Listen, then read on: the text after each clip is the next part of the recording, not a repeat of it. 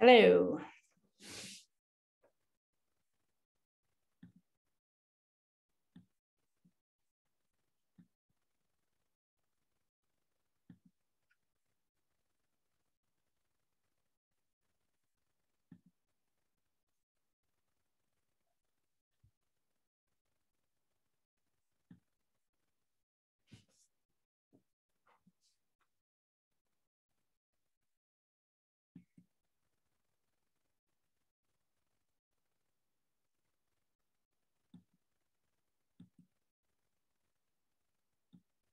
Hey, Anna.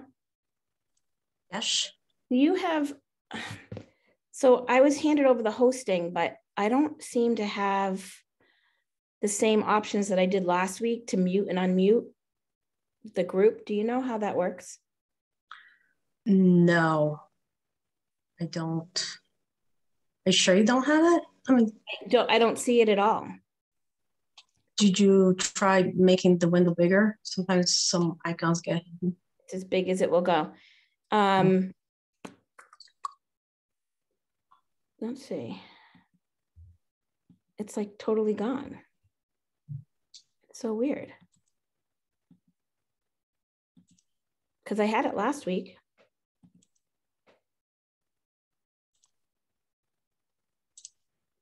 Is anybody that's on this, even if it's not park commission members, does anybody have any good Zoom experience?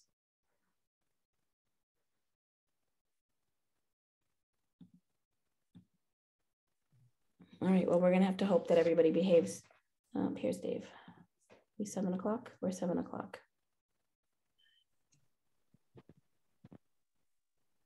Did you try the more side? Yeah, it's live on custom streaming services. What is this? All the way up to the bottom or down? Yeah, it's not, it's fine as long as everybody behaves and doesn't jump in on top of each other. It's just, I don't have the way to, last time I could mute people. Not really want to do that, but. How about oh, there it is. I found a different way to do it, I think. It looks different from last time, but it's fine. Okay. All right, let's get this going. It is 7 p.m. This is the Park Commission meeting of January 20th. In accordance with the requirements of the open meeting law, please be advised that this meeting is being recorded and will be broadcast over the Lunenburg Public Access channel on YouTube. It's usually updated in about 24 hours. Let's see. Quick roll call of who is here. Anna? Oh, hold on, let me get you to unmute.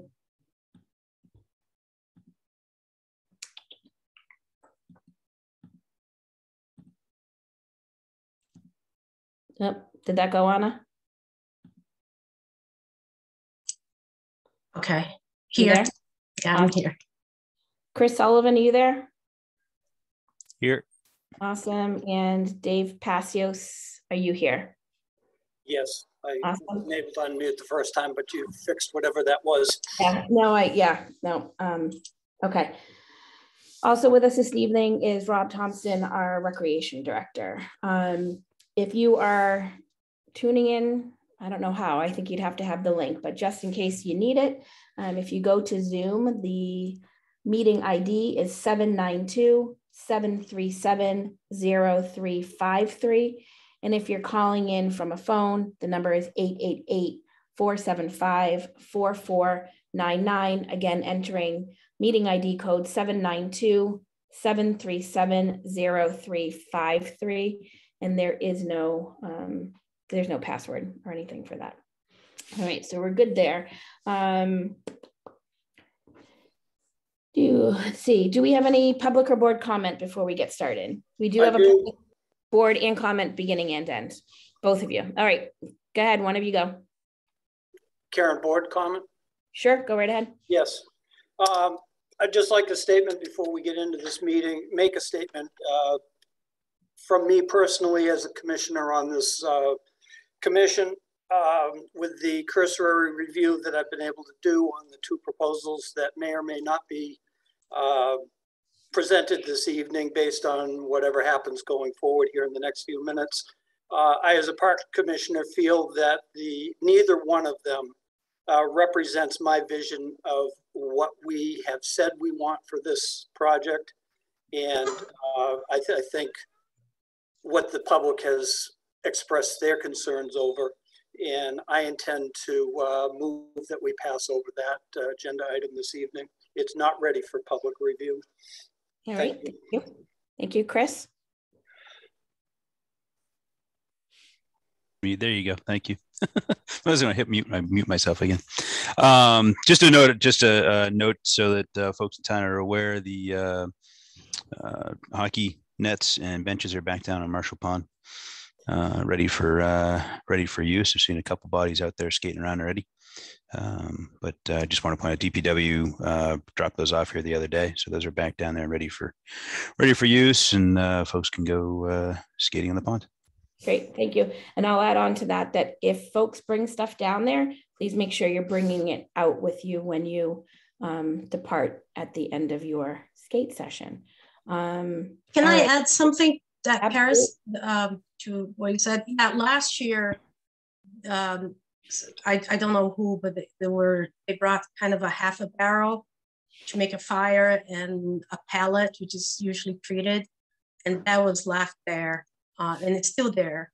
So, and also when people were skating, you know, it was great. We had some nice days that had quite a few people back there, but there was other trash left there too. If you bring your Dunkin' Donut coffee, please take your Dunkin' Donut cup back with you. If you don't, that's just gonna I'll end up in the pond. Everything. So unfortunately, there was not a lot, but there was more trash than expected, since we had a good number of people, but it was not a lot. So please bring it in and take it out, including your fire pit. On that note, I'd point out that one of our students at the high school is starting some civic engagement, and did get something posted on the recreation website regarding this very topic. Utilizing trash barrels where they're accessible and taking your trash with you and so forth. So nice to see a student, Brianna Bajeko, taking some initiative to kind of get the word out as a teenager, and recognizing that we all have some responsibility to keep the town, keep the parks clean. So it's nice. Great, thank you. Do we have any public comment from the public? Raise your hand, folks, if you have I think you're unmuted. Unmute you. I'm not seeing anybody seeing anything? They don't. No, I see nothing. Okay, great. All right, so this is very long overdue. We have approval of minutes.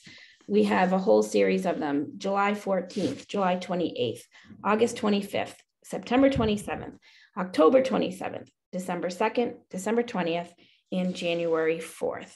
Has everyone on the commission had an opportunity to review those?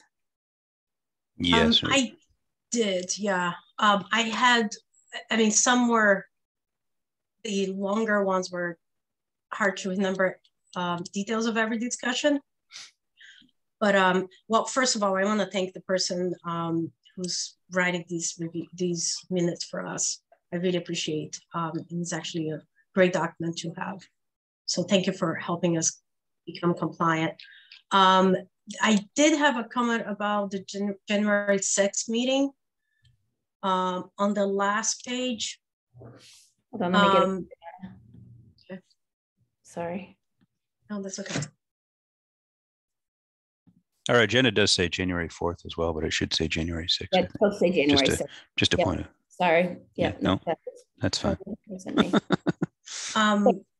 I'm quoted as mentioning this skate park does not have a vote to move forward with construction. And I had said I would not vote until all funding is placed, but the way it's written, it sounds like the Parks Commission, us as a commission, have already voted for that. And that is not the case. So do you want to hold those? We would still be in compliance even if we skipped over those. because of, that was our last meeting. I need to go through it. I can go through it again. Totally your call. And we can adjust it now and move forward and approve them as amended, or we can hold them and. Well, I think the only thing we need to do is to, after they don't have a vote to move forward, a period, and eliminate that second half of that sentence. So I can make a motion to make that. Do we need a motion for that? Well, no, not only not if you're going to vote it tonight, and I concur with the chair that we need to hold those back for further review. Personally, for me too, I have not had a chance to totally digest it, and I know I saw multiple issues, but I have not had time to write my edits. I'm fine removing that from the mix. And then Anna, why don't, if you take those minutes and then if you want to just edit that section and then send it back to us, we can approve it at the next meeting. That's not a problem. That's good. Okay. All right. So does anybody have anything on the other sets of minutes that they need amending? Was the 6th the one where your husband's name was spelled? I corrected that. Yeah. Okay. I was going to, because I went back, I was like, there was one and I was trying to find it. And I thought it was that one. And then I just read it and I'm like, it's gone. So I figured it was fixed. Yeah. So I'll make a motion to approve the other, excluding the January 6th minutes. I'll make a motion to approve the other minutes that are. Second. Any further discussion on those? Since we're on Zoom, I have to do it as a roll call vote. Chris? Aye. Anna? Aye. Dave? Aye. And myself is an aye. All right, so we're holding back the 22nd. Yeah, so what I do, so everybody knows, when the minutes come in, they're not on town letterhead. So I get them and I copy and put them back into a document with letterhead. And then I do a quick preliminary look at spelling for our names, our DPW director, like any common names that are in there, I double check. So I did catch my husband's, and I don't know if you had noticed, Rob Oliver's name was wrong for a bit. So I corrected all that, but I don't change the gist of I don't change the substance of the minutes. So, all right, we are good there. We are at 7:11. Catherine, do you guys want to start a few minutes early? Yep, I think I need to unmute her. Dave would like to be unmuted, I think, as well. Dave. He's waving vigorously. Yeah. Dave, you can just raise your hand. Oh, he just muted himself again. It would not let me unmute. I tried before it started waving. Yeah, no, I have it shut because otherwise everybody can chime in. No, I get that. I propose a motion immediately be voted on right now, that the two proposals that were distributed to the board for review previous to this meeting do not get disseminated in this meeting this evening, pending further review and discussion by the board and our architects and engineers. So that's what we're here for, is to have a discussion, and we have to do it in a public setting. So but those designs, I'm moving that those designs not be released this evening. What do you mean be released? Chris, brought into the conversation, put on the screen, nothing. I do not want those exposed. Well, they're already out there. I know they are. Where are they? They shouldn't have been out there until we discussed. Well, they're don't know that's how it works, Dave, because if it's a document we're reviewing in the meeting, it becomes public document. Period. I'll discuss it with town council next Monday, but you guys do whatever you want. I have a motion on the floor. I would just like to say that they are a public document since taxpayers' money was used to pay for them. So that's just my 2 cents. Yep. Thank you. And once they hit our inbox, anybody can request those documents as well. I have no problem with them being out. As far as I'm concerned, I think that a discussion is what WOLA is looking for this evening. Where did they hit where are they on target? Where do we feel that they're not on target? What are things that we like? What are things we dislike? Do we like pieces of each of them? That's what I think this conversation is about tonight, so that they can fine tune things, get some prices, and make a grand presentation of the final plan. I don't know if Chris or Anna have any. Yeah, I mean, you know, when you're, in my experience, when you're designing anything, and you know, I have had experience with websites, which can be very complex, and also where do you fit what, when, you know, this is the process. You get you know, your wish list, and you create a concept, and you put it out there, and you have discussions about it. I don't see any value on not having a discussion. I'm failing to understand the reasoning for it, especially when whatever discussion we need to give, the feedback we need to give to the people doing the work needs to happen in public meeting. So no, I am with Karen on this. Once you release these documents in this meeting, it's going to release a firestorm, and you guys all know it. And you guys do what you want, but I don't agree. Well, so I mean, there are some things with the drawings, as you know, I started to look at them this afternoon. Certainly, I understand to an extent where Dave is coming from, and I certainly have some concerns about the designs that we're looking at. But I think what's better, that's why we're here. That's why we're here to have a discussion, and I'll rely on, you know, the folks that are in this meeting to disseminate what the thoughts are of the Park Commission and what the thoughts are regarding designs and so forth. You know, I mean, I think there's been we've already determined there's been some misinformation about this whole process that's been disseminated around the town. So I understand your concern, Dave, but I think it's the only way we're going to move forward with this is to take a look at what has been presented. I think that's fair, to have that discussion with Wola, with Catherine tonight. And I think we should be speaking to what there's some value in the designs that we're looking at. I like some of what's there. There's concern about other things. And I think that's important for the agency that we selected to hear. It's important for the citizens of this town who are putting some time in with this project and taking some time out tonight to come and join us. I think it's important for them to get a chance to look at these as well and provide some input. It's another opportunity for folks to be part of the process and be invested in what the future of Marshall Park looks like. And I think it's important for us to allow that tonight. I withdraw the motion. I'll add to what Chris was saying is you know, I remember asking that they would come back and show us the project and walk us through to explain their thinking. And because if we were to just get the designs, we wouldn't know what to do with it. And that's exactly what's happening here. You know, this is the extra request that we did. So I have no problem. In fact, I feel like we should just be already discussing and looking over it and listening to. I'm going to go right now because Dave just withdrew his motion. So we're all set. All right. So for the folks at home, I want to be clear on a couple of things. I'm about to send a link out in the chat box. That link should open into a Google folder that will allow you to pull up the preliminary designs. I am stressing that these are preliminary designs. This is Wola's first run through in putting things out there. They're here this evening to get feedback from the Park Commission so they can go back and make adjustments as needed. So I'm going to put that out there. If anybody has a problem with the link, feel free to put it in the chat box. And yeah, we'll go from there.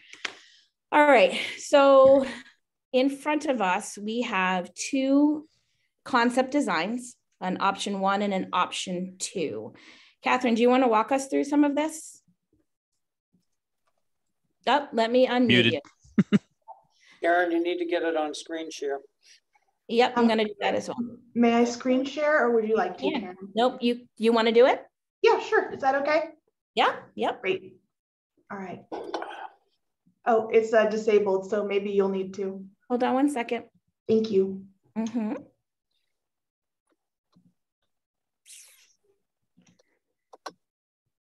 try now, Catherine.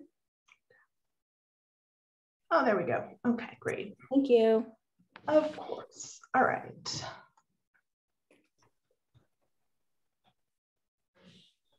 So, hi everyone. My name is Catherine Ostermeyer. We all last spoke about 2 weeks ago when we had our our second community meeting to start to hear from the community about what they're looking for in their park and what they're not. We have developed 2 drafts of directions where we may head in terms of the design alternatives for the park. We like to do a preliminary sort of touching of bases with the Park Commission to get their initial feedback so that if we're headed in the right direction, we can do so. And if we're not headed in the right direction, it will allow us to adjust and come up with 2 alternatives that do meet the expectations and needs of the community and of the Park Commission. I'll walk you through this first option as though we are entering from 2A, and I'm going to actually annotate some. Oh, shoot. I'm sorry. Let's see here. There's annotate. So this is option 1. As we enter from Route 2A, you can either drive straight into the park. We have over 100 parking spaces in this design alternative. One of the things that we heard is that parking was a big issue at Marshall Park. So what we've done is we've created a larger sort of central parking area closer to what we're calling the heart of the park, with a turnaround that's sufficient enough for a fire truck to safely turn around and exit. Should the parking in the heart of the park be full, there's also a lot set off at the entrance so that maybe on big game days, people can use this lot, but most of the time we have parking immediately adjacent for drop-offs and easy access. Is the 100 parking, sorry, is the 100 parking spaces just the upper portion you had highlighted, or does that include the entrance? 20, 40, 60. This is 60, and this is 20, 40, another 60, and then we've got some, I'm sorry. Yeah, this is 60 and 60, and then about another 10 up here. Wonderful, thanks. Yeah, of course. So once you have entered the park, let's see, you arrive at what we're sort of calling the heart or the core of the park. And that includes the skate park, 4 pickleball courts, a larger lawn, as well as a playground and restroom facilities, as well as sort of a picnic area, which is right near the restrooms slash like a sort of snack stand. And that way the snack stand and the restrooms can share a wet wall so that we've got all of our utilities kind of consolidated in one place in the interest of economy. So the pickleball courts and the playground and the skate park are all also near the restrooms. That's important, especially with playgrounds. If you have a small child, when you need a restroom, it's great to have one nearby. We also have the open play lawn, which is something that we heard from people. We have kept the Little League or softball field where it was. And we've also slightly adjusted the T-ball field as we understood that that was used as well. We've included improved circulation so that folks who are walking their dogs or want to walk through the park can circulate through the park around through sort of an alley of trees over here. And through and then back. You can do a larger loop, you can do a medium loop or a smaller loop. And as we're continuing in the development, this loop can continue and connect up to a path up to the pond for an overlook. So this is sort of, as I said, first draft. For the 90-foot diamond, we also have parking over here to try and take some of the pressure off of the parking along the street. We're hoping that most of the parking would now take place in the center. And we have these low-lying areas. Treatment. So we have a... I'm sorry, the last thing you said, I don't know if it was just my internet, but I couldn't catch it. Oh, I'm so sorry. Oh, of course, my internet is unstable. I'm going to turn off my video, but I'll still be here hovering. So oh, these low-lying areas. Let me show you. So these sort of low-lying areas are areas where we can drain stormwater to, so that in the event of a larger storm, that's where things can sort of temporarily be stored and then infiltrate back into the soil, so that we're not having to pipe it all to other places. Okay. And then we decided that it would make sense to reuse the existing sort of paved courts over here as a dog park. That was something that was a big response that we had heard from folks, is that they want to walk their dogs and they want to have a dog park. So we decided to include that. And then in terms of trying to keep this central portion active, you know, you want to park active, and that's why we put the pickleball and skate park and the playground kind of all together, so that you have a core where during the day when kids are in school, maybe you have younger ones at the playground. The seniors had mentioned wanting to have something to do at the park, so they can be at the pickleball courts and also near the amenities. And in our sort of further drafts, we've still got to locate the sort of fitness track, which we thought would be nice, sort of placed around the central core and also perhaps up through here. So just thinking about how to get everything in there. And that's the first option. In terms of aesthetics, this was what we heard from our last meeting, was that people tended to prefer a more rustic approach with some nature play, pickleball, or we could also do tennis with the skate park, thoughtful stormwater design, where we can have some infiltration in between these separate lots, and a basic restroom station. This is a park that was recently done with a simple winding path that's surrounded by trees and planting, so that it'll sort of grow in over time. So this was our first option. So I just have one. Can I just ask a question about this design? I don't want to get too much into the discussion, but of course, is the 90-foot baseball diamond, is in this case in a different location, or is it the existing one? So it's in a different location. I mean, I guess it's been reoriented.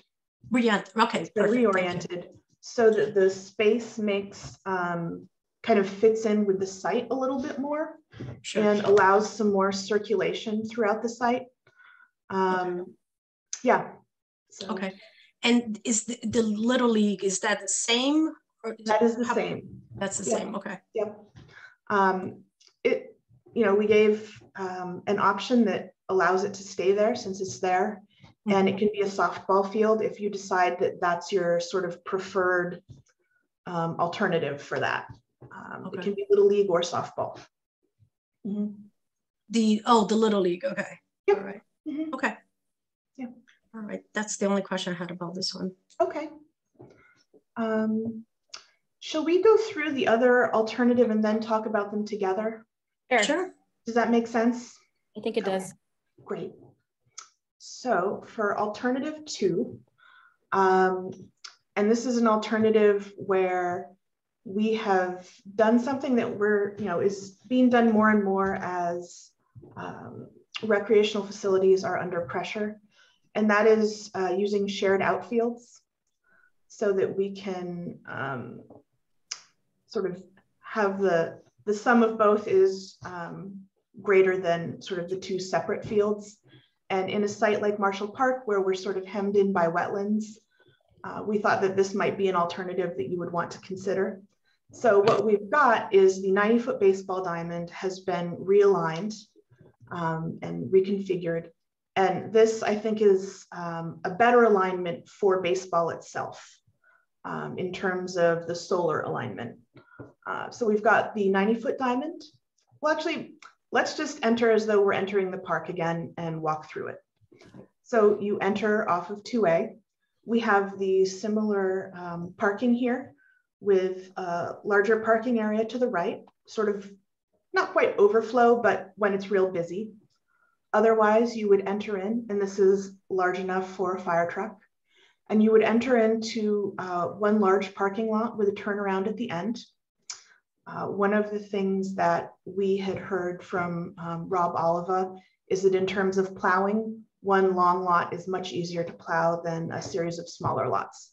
So in this alternative, we tried that out to see what you all would think. So you enter into the parking lot. You can offload to the playground and a walking path that sort of takes you through the heart of the park. And in this alternative, let's see, we have the skate park with benches around it for people to sit. On the other side of the pathway, we have the playground and also what we're calling the sort of memorial lawn. And in thinking about the memorials that are important to Marshall Park, we thought that having memorials that exist being moved and sort of set next to the benches themselves, so that when you are at Marshall Park, rather than sitting apart from memorials, you're sort of sitting with them. We thought that might be a nice way to connect. If it's not right for Lunenburg, that's fine too, but it's an idea that we had.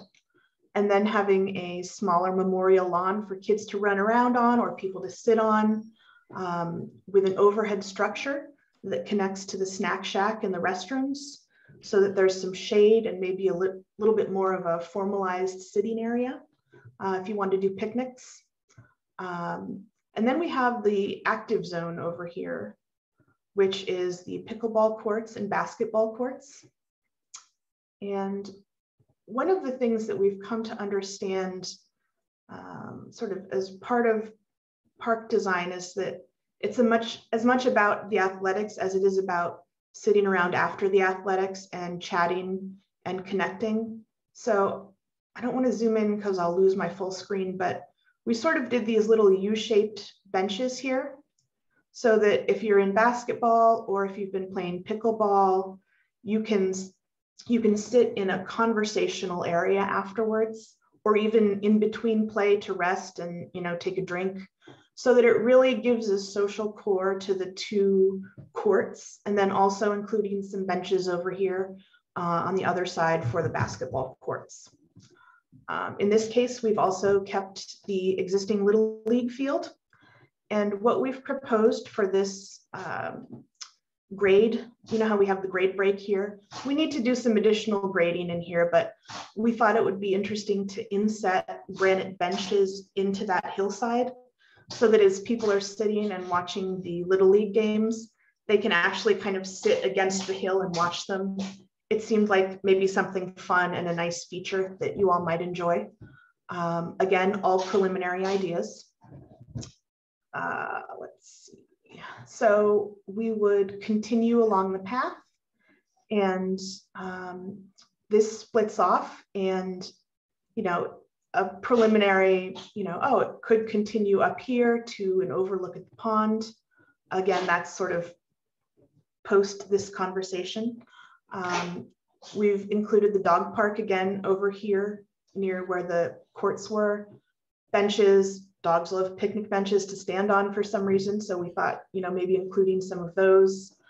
Just thinking about how people and their families use these places. We get to the softball field and the 90-foot baseball diamond, which share that outfield so that we can fit sort of the three fields that are there into a reconfigured park that addresses those needs and also provides some additional amenity. And, you know, if we're thinking about, we heard that people really wanted sort of a larger square field to run around on. And by combining these outfields, you really do get like a nice, large grassy area to run around on, which I think by combining them, you know, that may be one way to do it.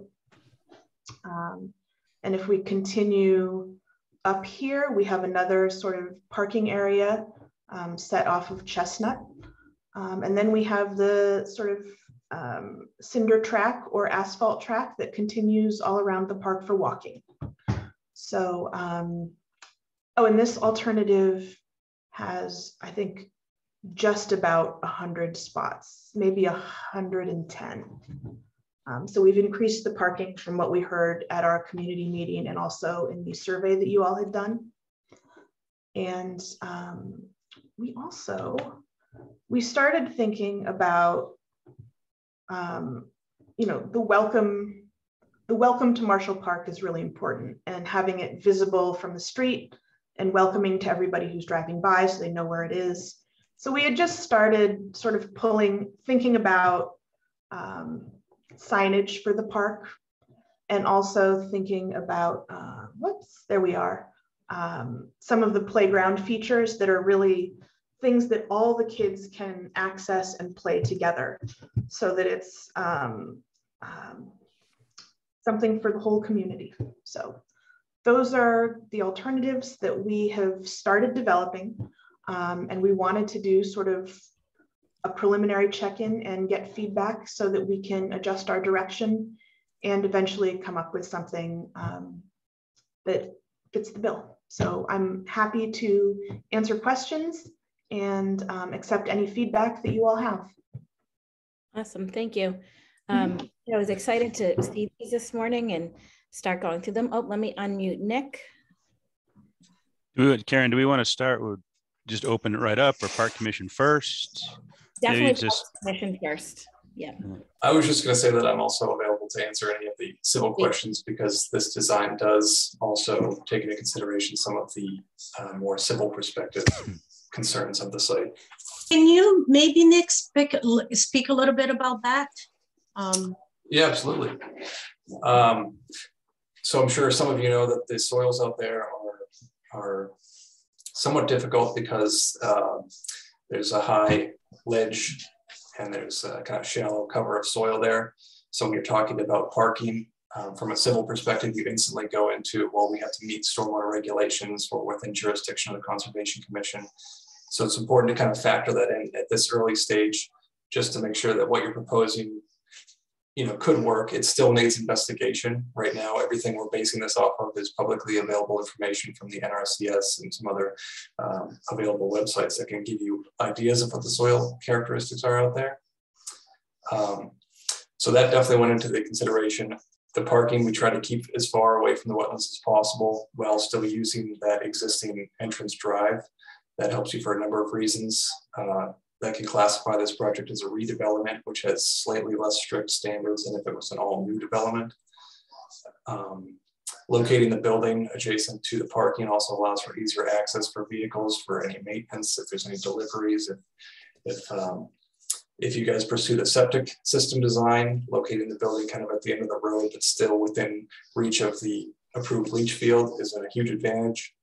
The actual septic design we reviewed that was submitted, I believe Dillis and Roy prepared that, has you know, the tanks all located pretty close to where we're showing that roundabout. So again, when you need the septic pumped, you can have your septic truck drive-ins just stay in the parking lot, pump the trucks, take care of it that way. But it also gives you the flexibility if you do decide to connect a sewer in the future, that you can run your sewer line down the parking lot. And it's not super intrusive as far as disturbing the rest of the park. So it's certainly a challenging site. A lot of it is just dictated by wetland existence and kind of staying within those buffers, and you're trying to find that balance of development and not development and just how you handle it. So it's not a super simple site, but I think there's a lot of opportunities with the parking layouts that we've come up with here. And I'm happy, you know, the grade is also a challenging one. So I know there's kind of a terraced effect out there now. So making sure you get that ADA accessibility is tricky. So a lot of these paths run parallel with the grade in order to minimize the amount of grading that's needed to meet your ADA requirements. But yeah, any other civil questions I can field as well. I'll start with a civil question for you. Sure. So this would probably be more the case on option number 2. the grade over there, there seems to be multi-level of grades. So I think the 90-foot diamond is lower than the current softball field. I don't know if that's if I'm asking that right, but how do you do it so that it would all be level, so that the outfields would all be at the same grade? You'd certainly have to deal with the grade change there. It's, you know, preliminarily, these work out really well. And then when you go do some more investigations on that grade, can you spread that hill out so it's a gentle enough slope? I know there are, you know, it's never going to be dead flat. It's not going to be a major league field. But if you can work with the topography out there and kind of smooth it out, spread those contours out as much as you can, you might be able to get a field that's within the tolerance of perceived as flat. There's, you know, that leads to drainage issues. So it's always kind of this give and take game of, can we create that to be flat enough, but also drain properly so it's not wet. So it's tricky at this level. That gets, once we get moving forward with it and you get the actual survey, that's when you start to see exactly what would be required for that level of grading, but it can be done. Great, thanks, Nick. All right, so who wants to start? Feedback, comments, Chris? So of the two we're looking at, I think 2 is closer. I still have, and again, preliminary that we're saying, but I still have some concerns. I think there's some,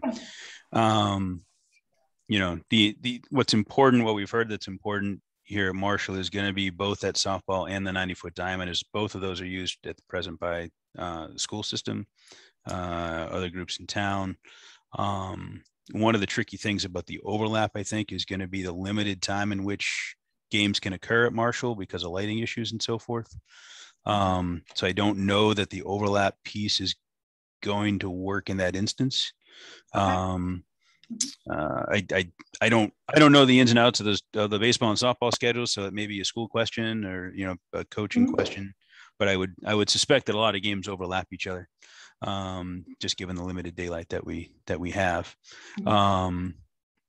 In my mind, I think I certainly envision that things would have, the orientation of fields would have to change. So and I think that's fine. I mean, my impression of Marshall as I look at it presently is something was dropped in and then something else is dropped in and then something else is dropped, you know, and so there's a lot of underutilized space, I think, there. So I like some of what I see. We'd have to evaluate the loss of the T-ball field there and have that discussion as well. I think as a parks commission, we've had some mixed discussions, I think, about dog parks and so forth. I think there was a response in the survey pretty heavy that wanted to see a dog park. So and I'm a dog owner myself, a couple of dogs, and so I like the idea. The park commission has also had the discussion that there is a lot of conservation land in town where dogs can be allowed to play and so on, but I think there is some merit to a fenced area where dogs can just play with each other, and conservation land doesn't necessarily allow for that. You did answer some of my questions that when I looked at the drawings, the safety turnaround sort of deal. When I looked at the drawing, looking at a small drawing like that, it's tough to see a fire engine drive in and turn around. So appreciate you addressing that. And then also, hearing you say things about, overlooks on the pond and so forth, because I know this doesn't address kind of access to the pond here in these drawings, but I think that's something else that's important for us to look at here. I like the little overhang that's there, the small playground, the idea of the memorial park. I think a basketball court in Marshall is going to be important.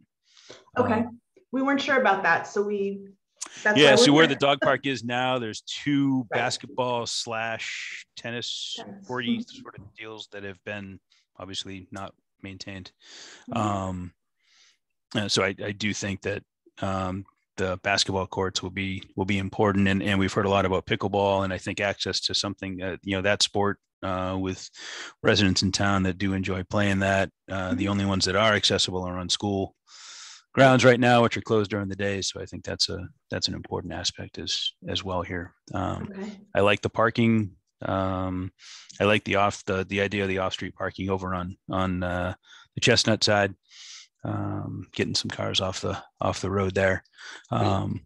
My thought, I guess my question, and maybe future, as we kind of continue to work with these here, I was envisioning maybe the orientation of the ball fields where and again, spacing, I'm not so sure, but like where at least the softball and the baseball diamond, the home plates would almost kind of come close to each other and fan out the other way, which maybe still lends to some open space.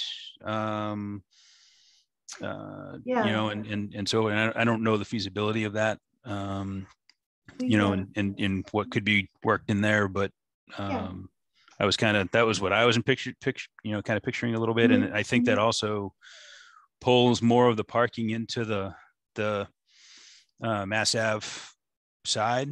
I think so. If the baseball diamond, if home plate wasn't that direction and went the other way, I don't know how it would work, but the closer the parking is to home plate, that's probably where people want to park. And so that may drive some folks in that way. But this, there is as you mentioned, a good walking track here. I think there's some good walking areas here that look great, and I think would be a great service to the citizens in town. So I think my take would be two is closer. And hit some of the important pieces that we need to maintain. It just maybe needs to be kind of tweaked a little bit. We can continue to kind of have that dog park discussion maybe, and that may be space that is utilized for something. I don't know. So you do, but good start. Thank you. Thanks for your efforts on this. I'll take second one if that's okay.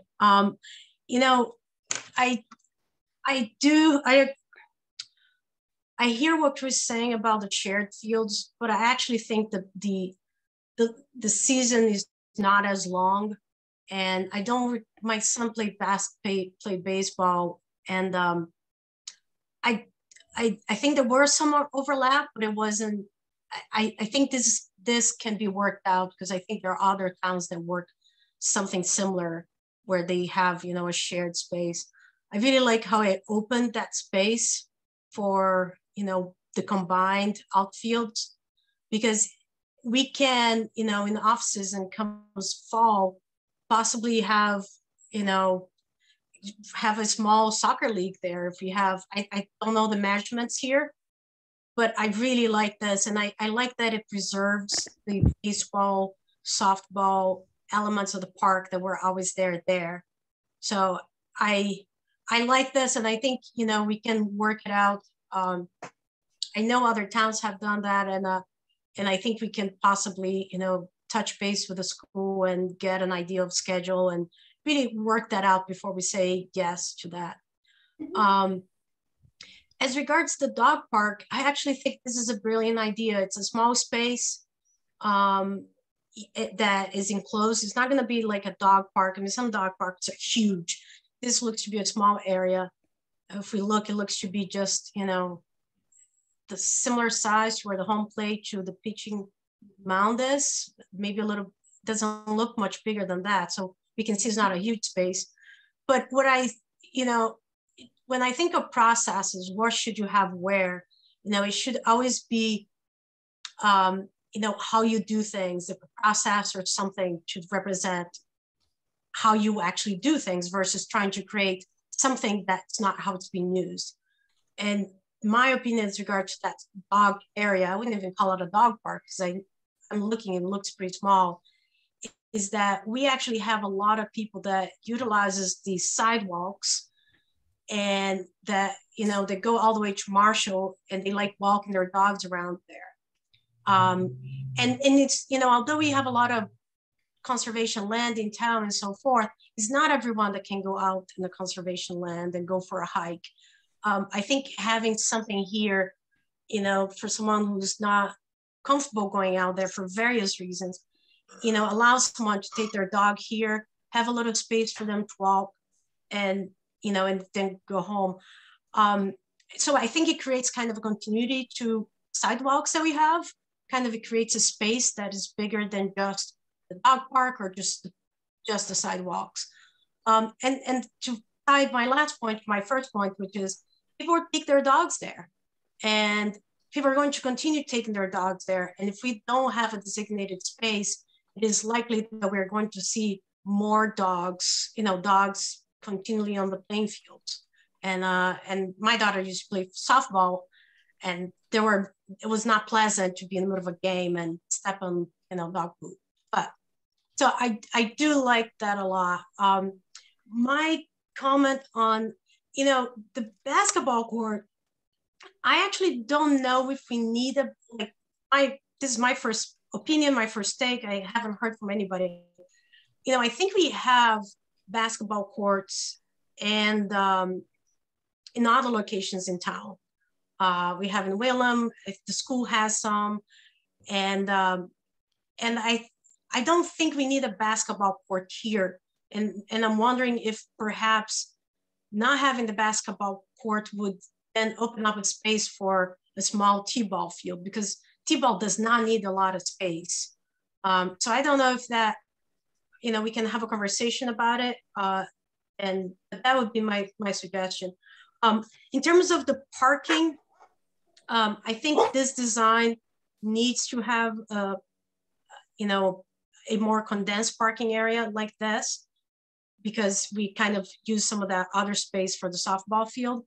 But, as regards to Rob's comment that a straight line, a parking lot like this is easier to plow, our parks are technically closed during the winter. So I don't think there's a lot of plowing that happens. So that wouldn't be a concern, but I think, we want to maximize the number of spaces. And this is off. What I like about this design within the parking is that it's not the central pieces of the park, it's on the side. So if you're in a park, anywhere else in the park, you're not really looking too much at the parking lot, except if you're in the playground. So that part, I understand. I do like the other design of the parking lot, but I think we need more spaces versus less. And with close to 100 parking spots, I think that, thinking if everything is run, if we have multiple games on the field, that seems to be the number of spots that we would need. Regarding the parking space on Chestnut Street, I suggest not putting any parking space there, because it would take a lot for the town to vote to not have street parking. And if you put parking there at all, people are just going to always try to get that one. And, when we really want to just educate people to go to the larger parking lot, I don't know if perhaps we can do a live drop-off area, for, buses or equipment, but I would not encourage that to be a parking, so that it just takes the incentive away from going to Chestnut Street, because it's a beautiful road and it's very narrow. It was probably an original road in Lunenburg. I don't know the history, but I think maybe changing that to a live drop-off area that would allow maybe the school buses to come and drop it off and then going to the other side and so forth. I think that would be helpful. And I know this is preliminary, but I know at some point there was a lot of talk about maybe a pavilion, Catherine. Yeah. Is that something that you just didn't go there yet because this is really first phase, or is just you're trying to designate the spaces and then decide what it goes on? That's kind of, we're sort of space planning, getting the program in there to make sure that we're hitting the program notes. One alternative is this area here. We can see what we can reconfigure in terms of a pavilion, and maybe making this one a little bit larger. As it is, this pavilion is about half the size of a full court basketball court. And we could certainly sort of play around with this central area and see what we can do with a larger pavilion. Sure. Yeah, but that's sort of what we were going for was having the bulk of the program in the heart of the park. Right. So that if you want to have a picnic party for your kid's 6th birthday, you're right near the playground and the kids can go over to the skate park. Like it's, you know, and you can still see them from sitting at the picnic table. So yeah, we can certainly enlarge that pavilion if that's something that you're interested in, or try to. Yeah. And you know, and we're going to, I think we have another park that's being designed and they are talking about creating a pavilion there. So it becomes, you know, right, for the farmers market and stuff, right? Right. So, you know, do we want to have another pavilion or do we want to create more open space for, you know, not organized activities? Because one thing about this design, and you know, and it's a big park, there's a lot of wetland. You can't just build over, you know, wetland. So, you know, I like the idea of the pavilion, but when I look at the space utilization, what we can do, I almost prefer open space so that other activities, not just organized sports, can exist there. So I would be a little bit on the fence about the idea of a pavilion. I do like the dog park. I think it addresses, it's how the park is being used. It to not have something we'll continue to have a problem. So those are my initial thoughts. Yeah. Okay, great. Thank you. Thank you. All right, so now go ahead, Chris. He keeps muting himself. Can you unmute? The dog that would like a dog park was barking when Callan came home from skiing. So I was trying to mute the dog barking. There you go. You get my point now. A couple of things. One, I just wanted to kind of speak to Hannah's points a little bit here. I do feel there's a spot for a basketball court here, and the only reason I say that is the courts that exist. There are no public courts in the center of town anywhere near the center of town. The only court that exists is one at the high school that can't be utilized during the day. Can't be locked up at times. It's gated. There's a kind of a rundown one behind Turkey Hill, but the only other courts are across the other end of town. So I think something here, and the intent here is going to be to bring a variety of people to the park. So I think adding a court there would be something that is useful. You know, and I think the only other piece or a couple of pieces I would say, with the parking and driving a plow in there, I think that is going to be important. What our intent here, what I hope is that this becomes a year-round place that we can utilize. And so I think plowing is not as important right now because Marshall hasn't been that spot that can be used year-round. But I think making sure that it can be a place that is utilized year-round and making it easy for the town to plow those lots is going to be important, so that we do have folks there that can come and snowshoe the walking trail or snowshoe through the woods to the pond, or maybe there's an ice rink there. Maybe there's who knows? That's a good point, Chris. The pavilion question, I think, I think we do want something there, and I don't know how big it needs to be. And that may be a rec question. Just with the summer programming, I think we have to have some shelter of some kind. So I don't know how big that needs to be. But that may be something just to keep in mind while we're continuing to look at designs, that we are going to want to have some sort of shelter for summer programming on that front. And the Chestnut side there, I think there is value to the parking down there. It will take cars off of Chestnut. I think until we get the town to say you can't park on Chestnut Street, I think that's the solution. So if the town's going to say we can't park on Chestnut Street, during events and so forth, then I think that we have space to not have to worry about a parking lot up there. But if the town's not going to say you can't park on Chestnut Street, we're going to need a way to get cars off the road over there, in some fashion. So I think that kind of helps with that step a little bit. I don't know. So. All right. So let me take a stab at this. First of all, I just want to make sure everybody knows, and Anna knows this too. The park's not closed in the winter. The park's actually open. We just don't do organized, we don't have like a baseball program or anything that can rent so organized activities we don't do for that sort of thing.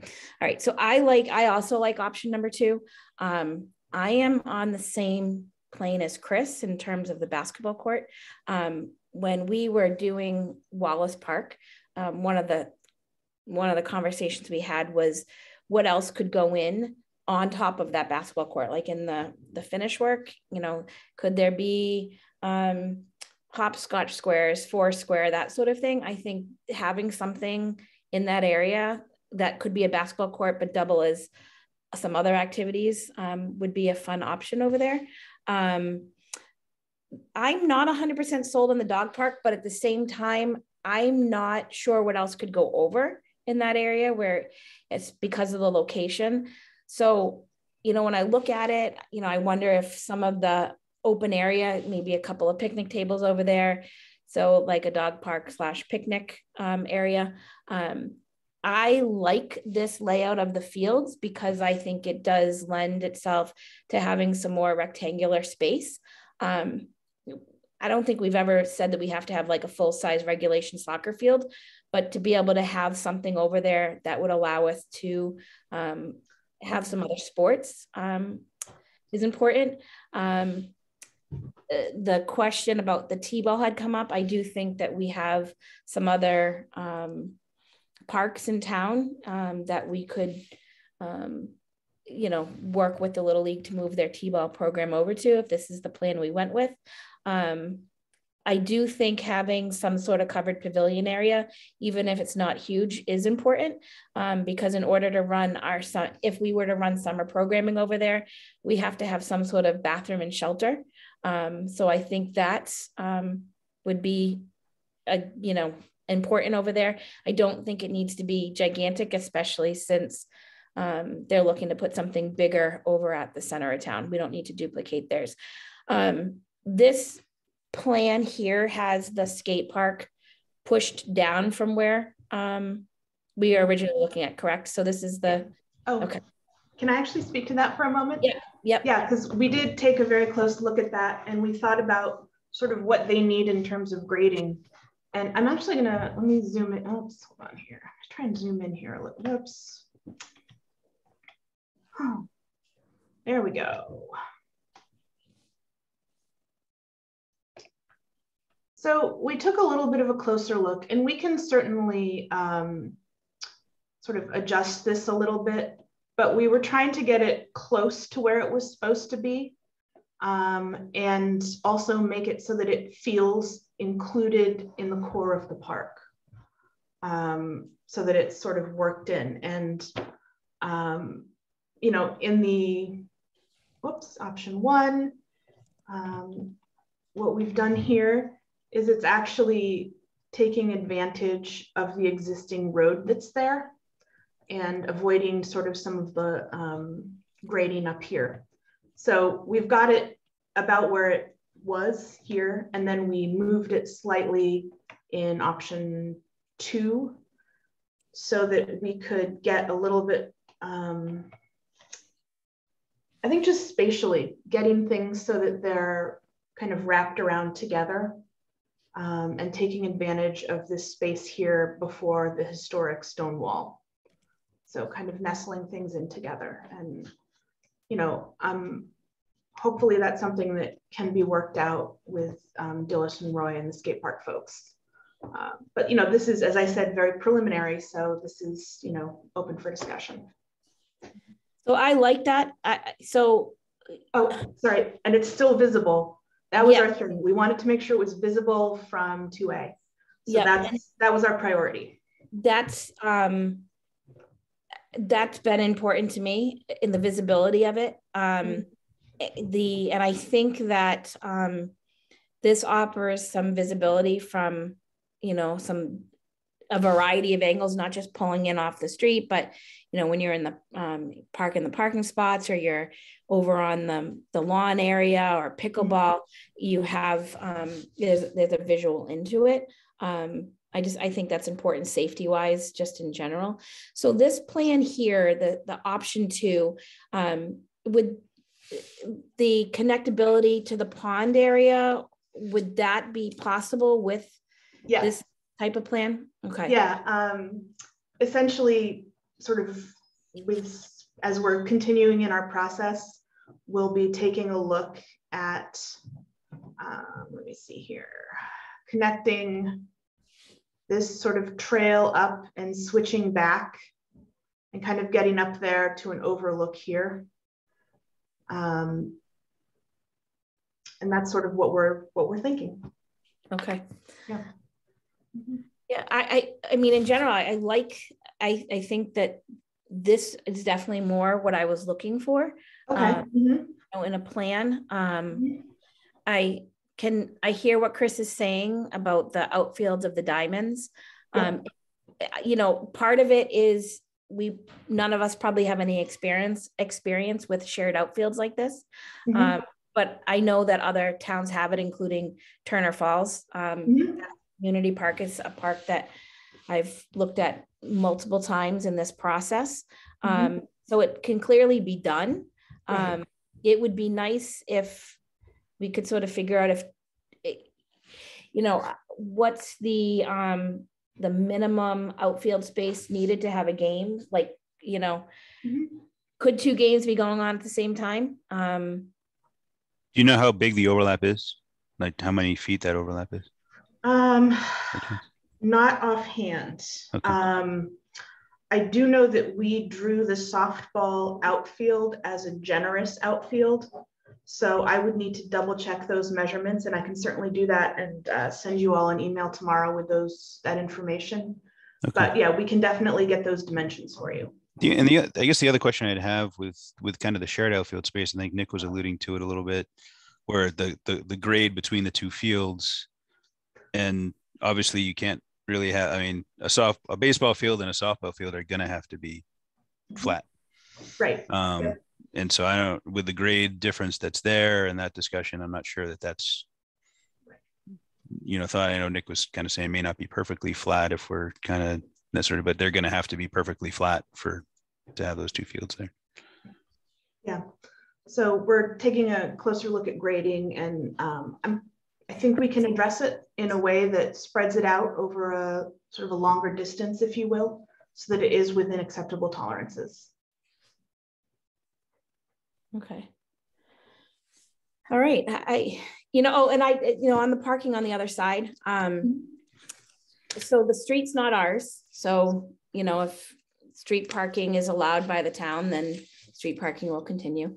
I like the idea of a lot. I think that at the end of the day, we do have ADA compliance that we are trying to meet at a minimum. I think having some handicap spots on that side of the park would be beneficial, especially if there's a dog park on that side. So I like that parking lot over there. I like the longer parking area towards the front. I like the parking along the roads as well, leading into the park. So, you know, yeah, I like the second one. I think that is what I'm leaning towards, for sure. So yeah, that's where I'm at. Don't know if that's helpful or not helpful at this point. No, I'll feedback what you like, and more importantly, what you don't is really helpful because it allows us to make changes. You know, that's part of the process. Okay. So, Thank you. Thank you. No, I think it looks good. So what's the next step in this process? So what we'll do now is we'll take the feedback that we've gotten tonight, and you know, per our contract, we will be presenting 2 options to you and to the public in 2 to 3 weeks with some cost estimates for those 2 alternatives. And what we'll do is we'll be improving both alternatives with your comments, so that we're really giving you 2 options that address your concerns and your wishes. And then from there, once you have those cost estimates and drawings, I believe that we'll meet with the town administrator to review them. And you will let us know whether you would prefer to go with design alternative 1 or design alternative 2. At that point, we will make adjustments to the preferred alternative. So a lot of times as part of this process, one alternative tends to be the preference, but then there are one or two things from the other alternative that everyone's like, oh, but we really like that. So we try to bring them together and come up with something that incorporates as much of that feedback as we can. And then we would have our cost estimator undertake a revised cost estimate for that final alternative that's as accurate as possible. Okay. At which point we would give that, present that final alternative and cost estimate to you. And we always like to do a small report just that outlines the process and has the data so that the town has something to refer to. Great. Catherine, Dave just popped back on. He had, had technical issues. So I'd just like to ask if he has any feedback that he'd like to provide. Yeah, I'm not going to belabor all the problems I have because we'd be here till midnight. But anyway, my initial questions, one for Nick very quickly, if he can answer it. In either one of these configurations, it looks like the design is backed up against the wetland buffers where the septic system design is proposed. Is that correct? So this would have to be adjusted to allow that field to go in there? Oh, Nick is muted, I think. Sorry. Can you guys hear me? So the septic design that was prepared is actually up in the corner. It's kind of hard to see. You can kind of see at the very outside of the 90-foot baseball diamond. You can still see the outline of an existing building. The proposed septic field is located up there, and then the actual tanks and the pumped chambers and all that is kind of located closer down towards where the cul-de-sac turnaround is. The parking itself is not over any septic fields, and it is intended to be as far outside of the wetland buffers as possible because it's an impervious area. I did notice in the septic design that it's going to be a pump system with a force main and a grinder pump and all that stuff. So I did some research just into distances that it could travel, and having your bathroom facilities and what have you kind of centralized in the park, plus or minus where it is, still keeps it well within the range of a force main, which is all driven by a pump that moves that effluent to the field. So both of these designs could accommodate either the septic system design that you have or leave room for a sewer connection in the future if that was the route you chose to go. Okay, so it does still fit in there. It still fits. Yep, that's fine. And again, we don't know which way that's going to go. I kind of know which way I'd like to go based on funding, but anyway, that'll have to work itself out. My concerns over on Chestnut Street is that without moving home plate on the 90-foot diamond completely away from Chestnut Street, you are not going to eliminate the parking problem on that end of the park. Who sits in the outfield to watch a game at a 90-foot diamond? Nobody does. That's why the parking is so bad, because home plate is on Chestnut Street. That's my feel on that. My comment, we've got background noise from somewhere. Is that me? It could be. I can't get to my speaker right at the moment. Oh, it cleared, whatever it was. Let's see that. The other thing, my general feel is that this entire plan has a wholesale disregard for historical aspects of this park. All of us on this call, I believe, know that this park was built back in the early 20s. And Catherine actually made comment about it at the last meeting of the beautiful stone wall work around all areas of this park. And everybody needs to be aware that those walls are protected by bylaw in this town. You cannot bulldoze them. So, I don't know where this design impacts those walls, but you've got to go through a whole process. And I think it's very difficult to remove stone walls in this town. That's an issue that needs to be vetted. The other major piece I have a question about, and maybe somebody while I was off had the same question, and that is that this RFP, in my mind, was for the full 28 acres of this property. This design only covers approximately, I'd say, 20 acres. It totally disregards the forest area and totally disregards the pond. So that's about all I have at this point, because these are all preliminary. Mm-hmm. So we had talked about, I think maybe while you were off, let me see here. You know, this is sort of the first draft, but as we're further developing, we've got some pathways that are moving up in there to kind of switch back and address the grade, and then have an overlook over here. So we are incorporating trails up to the pond to access it, and also taking a look at this sort of northern edge of the pond for a small seating area and perhaps one parking spot. And that's sort of part of the further development of the overall plans. And tonight we were hoping to get some feedback on the overall sort of core and sort of general facilities. So yes, Dave, we will definitely be incorporating trails up to the pond on either end. Okay, and I understand until the civil survey is done to, you know, definitely get the boundaries around the pond, there really isn't a lot you can do there, right. Except like you said, on the north end on Hyman Street and to that pine grove that's in the center of the property.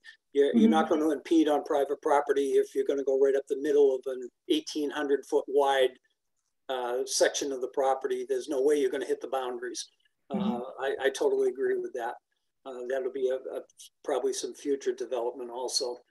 One other, just as I looked at these earlier, you know, you heard from me saying that, you know, I didn't want to see a wholesale reconfiguration of this park. I wanted to enhance its use with added uses.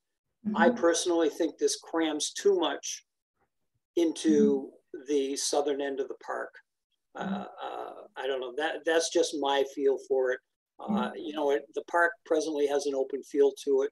Yes, it has some problems with its configuration. Both of these plans actually do what we were told, or what we said we were not going to do, and that is a wholesale bulldozing of the fields. Although we're going to replace them, but we are going to bulldoze them, and we are going to change grades. And I'm not necessarily against that, because the fields are not constructed properly anyway. But I think I'll have to listen to the meeting later and see how much public input you got. It'd be interesting for me to hear all of that. And I think it's more important as to what the public says tonight, has said tonight, and what they say going forward once they see this. Michael. Thank you. We haven't yet, Dave, but the public really hasn't said much yet tonight. So you didn't miss that. Okay. Catherine, can you clarify just, I know Karen was asking next steps and so forth. I think you had said, you know, you come back with a couple of drawings again. Like what would, you had said something about reworking the two that we have. Yes. Can you repeat that just for me so I understand what that is? And then I think I might have a comment on that if I understand it correctly. So part of our contract is to develop two design options that show sort of different approaches to the park. And so for our next public meeting, which is sort of the fully developed plans, we would present those to the general public like we have sort of all through this process, along with cost estimates that give an idea of what these two alternatives might cost. And at that point, we would, you know, the town can deliberate and, you know, talk, and you will decide whether you'd like to proceed with the preferred alternative 1 or preferred alternative 2. And once you make that decision and provide us with feedback, we will make additional revisions to that preferred alternative. And also our cost estimator will revise her cost estimate with that additional detail. And we will then present that sort of preferred alternative with cost estimate to the town. And that would close out our contract review. And then we also like to put together just a small report for the town to have for reference that outlines the process and contains all of the documents and drawings and plans and presentations that you've seen throughout this process, so that you have it all sort of in one place. And I do want to note that in almost all scenarios, the preferred alternative will fit most of the bill, but there's usually one or two things from the less preferred alternative that people also like. So with that feedback, we can try and work that into the preferred alternative. So in a couple of weeks, you'll come. I mean, so and again, I'd like to hear what the public has to say as well a little bit here. Of course. But so far from a commission standpoint, there's a preference on design 2. So would the next plans be 2 options that kind of rework option 2? So that's actually something that I was going to ask. So the strict reading of the contract is that we just continue work on these 2 options. But if you all would like, if you instruct us to take, your preferred alternative from tonight and continue to, develop 2 options from that, we can certainly do that. That would be a deviation that we find acceptable, but it's up to you, the client. So so I have a quick question for you, Catherine. The skate park, that is something that we wanted to happen. There's a group that wants to happen and so forth, but there is a chance that may not happen. And because where is located right now, it seems like it wouldn't, if that piece doesn't exist, it wouldn't necessarily change the designs too much, because it's not a central piece of the design. And then would there, so I guess I just wanted to confirm that is the case, that where it is located, we don't see that being, if that it doesn't happen, that won't change the designs much, right? I don't think so. I think that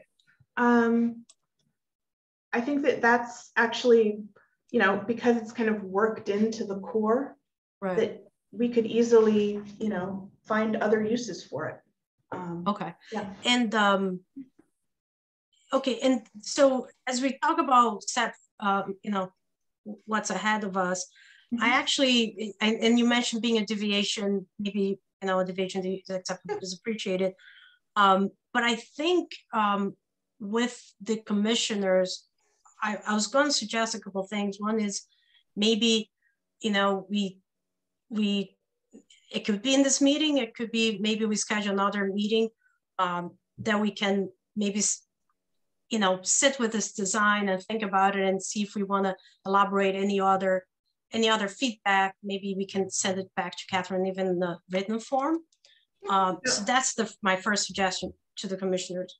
The other suggestion I would have is to kind of present the public with these designs, invite them to watch the meeting so that there's some understanding, and then maybe just put a quick survey out, very simple, what do you like about this and what do you don't?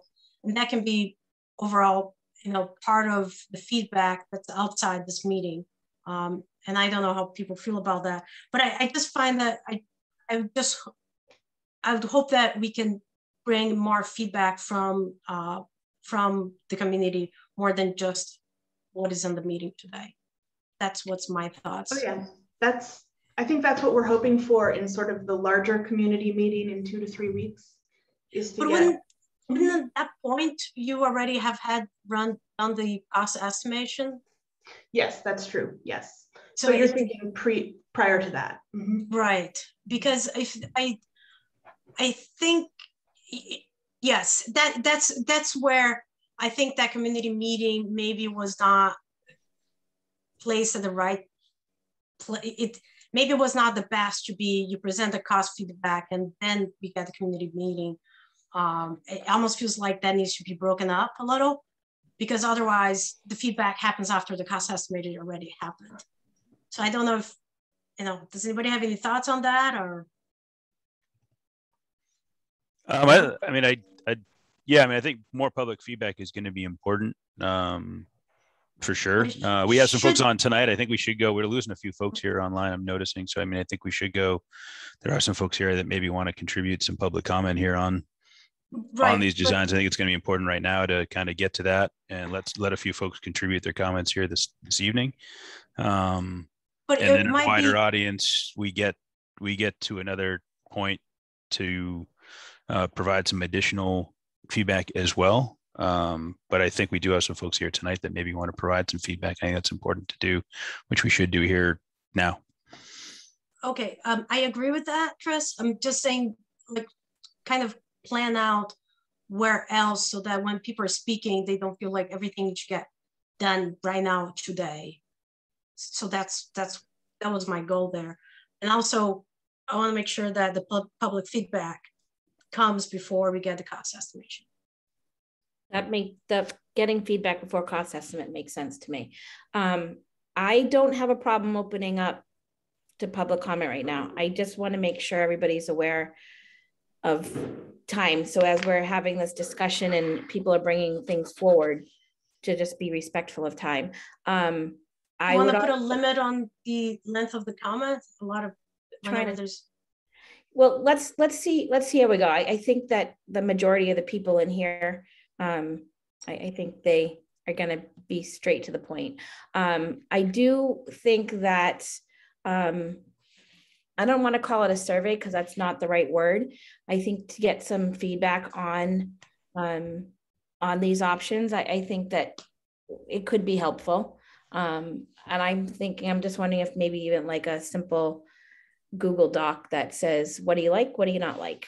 Right. that sort of thing. So, all right, folks, I'm going to open it up to public comment. Please be mindful as I see Anthony's hand up. Anthony, listen to me. Be mindful of our time.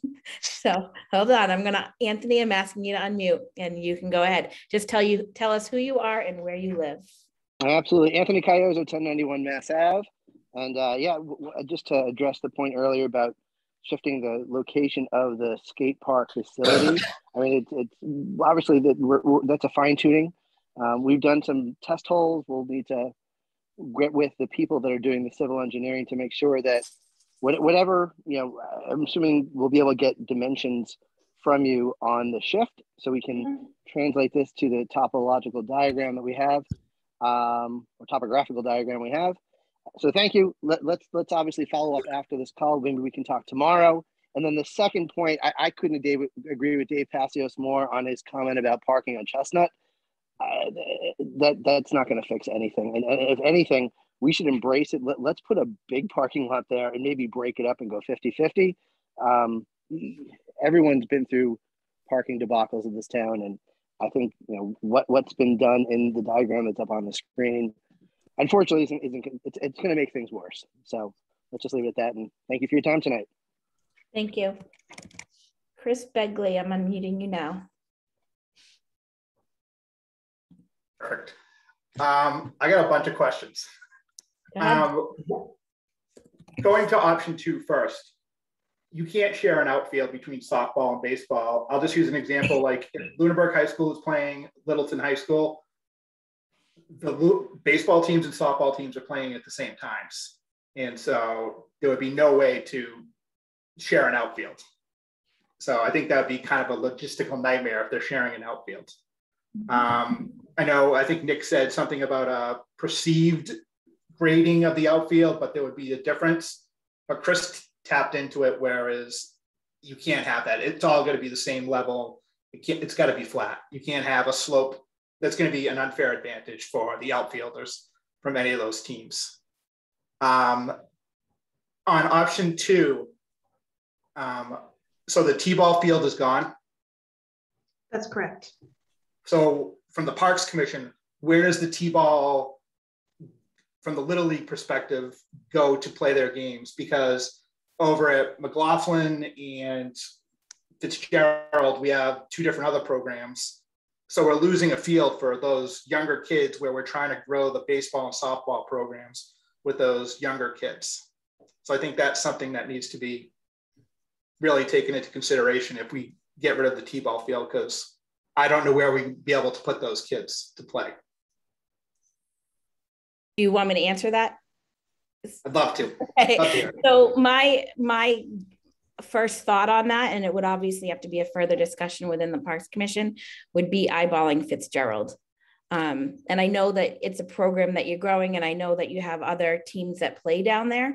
You know, I looked through the schedule of the last spring, and there seemed to be some open slots down there. So, you know, I think we'd have to be creative to make it work. But that would be that's my initial thought on that. Well, it would really have to take a lot of, Steve unfortunately can't be with us, so he would probably be able to speak to it better than I could. But just thinking down at Fitzgerald, that's where I believe our instructional program is. It is. And so those kids are down there either having practices or games 5 days a week. And usually during the spring season, that's when all those fields are getting used, like 5 days a week. And so I think it would be just really hard to that's why we have all those fields, that all those kids can play at different times. So I just sort of wanted to throw that out there. I wouldn't think we'd be taking a park away or taking a ball field out. I think it would be looking at spacing there to see if it's feasible to add, if that's what happened. And that's an if. That's a, you know, right. But I think it'd be looking at that, not removing one of the instructional fields you have over there, one of the ball fields that are down there at Fitzgerald. I think the baseball program in town has been strong, and Steve's numbers have shown that they've held. You know, we haven't seen other towns that have seen dips in you know, baseball programs and so forth. Lunenburg's not seeing that. So, you know, right, I think it's something the Park Commission wants to be mindful of. Certainly, I'll speak for myself on that, but you know, that would be my take. And if there was something that, you know, a T-ball field was moved, Fitzgerald, maybe the option, there may be space in between the two going out there, you know, I'd have to eyeball that obviously and talk with folks that are involved. My other thought with that would be, and this is only seeing these this afternoon, and that kind of having that initial kind of thought come to mind and recognizing that the T-ball field isn't there in Marshall, would be that if you're running instructional and T-ball, those age groups are pretty close together. So it may create some ease on parents possibly as well, with different age groups that are maybe close together, 1 or 2 years apart in age, being in the same spot at the same time or similar times too. So I don't know, again, all a big if right now, but that was kind of right. I mean, I'm just sort of throwing that out there. Yeah, it's not unrecognized that the T-ball field is not here, for sure. And by no stretch, I think, is the Park Commission advocating that we would not in some way or fashion have a T-ball field for the ball program in Lunenburg. One thing I won't try to take up two. I'm sorry, go ahead. I just want to mention something about this, you know, like you about the shared outfield there. Well, first of all, Catherine's going to look at the measurements. She mentioned that the softball outfield is generous. So that's to keep in mind. But something else is, like you said, you know, Littleton and Lunenburg, they both play the softball and the baseball together. So it could be that we are hosting one of them and Littleton is hosting the other one. And I know that maybe, you know, we might change some of the logistics, but, you know, this is something that is done in other towns, and we should look how they get that done so that we can, you know, do more with what we have. So I'll just leave that out there. But, you know, an option is to always, you know, the other town hosts the other field, the other game. Gotcha. And then on option one, where the Little League or the softball field is. So is that going to be one or the other, or is it going to be both? And if it's going to be both, how do you propose a scheduling nightmare where Little League's got practices 5 days a week, and then softball also has practices and games 5 days a week? We were proposing either. because we do recognize the sort of scheduling conflict. So it's only gonna, so if we went with option one, we would either lose the Little League field or the softball field. That's correct. So where would one of those fields go in town then? I guess that's a question. That's a question for the Parks Commission if we go with option one. Yeah. So right, which kind of, to be blunt, stinks that we would be losing one because Chris, I'll go on record now. I won't support option one if that was the deciding vote. I mean, it can't be. I think that's what you've heard from the Park Commission tonight is no one on the Park Commission said option one is better. I think there's I think, you know, again, speaking for myself, but I recognizing that that's just not, it's not an option. Yeah, you know, we can't remove a ball field from town. The ball fields that exist in town are utilized in town regularly, and they need to be in town. And I don't want to minimize the importance of our fields, but I will say that the prime users of our 90-foot diamond, they are our schools. So, you know, they have the option if they don't like something that the Parks Commission is doing, they can always put in their own if that's what they feel that they need for their program too. So, you know, but I'm not leaning towards number one. I'm leaning towards number two, and I'm certainly not looking to leave the T-ball program high and dry. It's one of your most popular programs. Because if we look at where you guys were 10 years ago in numbers, especially at the major league field, it's down 50% from where we were 10 years ago. And I know that because we only played each other 10 years ago on the major league. So we're certainly not looking to say to you guys, we're taking this field out, now you can't have a program. That is nowhere near what we are attempting. So we've obviously all made note of your concerns. So we will do our best to make sure that everything gets addressed. Do you have anything else, Chris? No, I just sort of wanted all that on record about how I feel about if we're losing. I don't want the softball program is great. And I know there's some softball parents that are here on the Zoom, and I don't want to see them lose a field either. So we honestly, I don't think we can lose a softball field for a variety of reasons, but even Parks has had softball programming run on our own. So we would be doing a detriment to ourselves to remove a softball field, because that would be one softball field. Dave? Yeah, you've pretty much covered what I was going to talk about.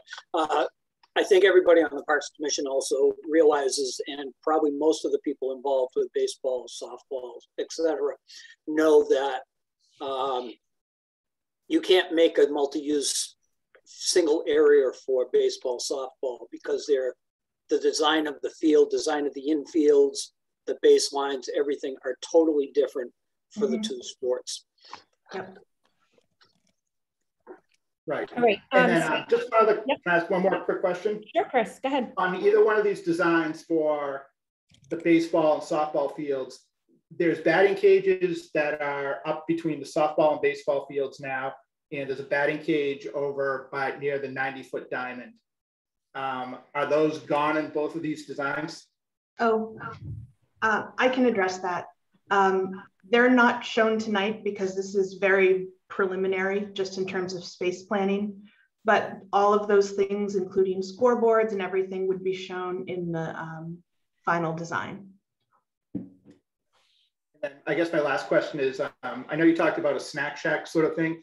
Yeah. Like right now, the Little League field has its own snack shack, and basically we use that money to pay the umpires. We're not trying to make money on those. Is that snack shack option gone in both of those designs? We had planned to consolidate the snack shack into sort of one central place so that it would have, you know, electricity, plumbing, all that good stuff shared with the restrooms so that we could be more efficient in terms of utilities. We can certainly incorporate an additional snack shack near the Little League field if that's something that Lunenburg is interested in. But this was our sort of first shot at the proposal. Okay, Thank you. Chris, do you want Karen, to? can I interject one more quick thing? Yep. Just when you're looking at these outfield designs for softball and the 90-foot diamond, I've had a few conversations in regards to the 90-foot diamond because I was asking the question as to whether we could move the fence from the outside of the track to the inside of the track.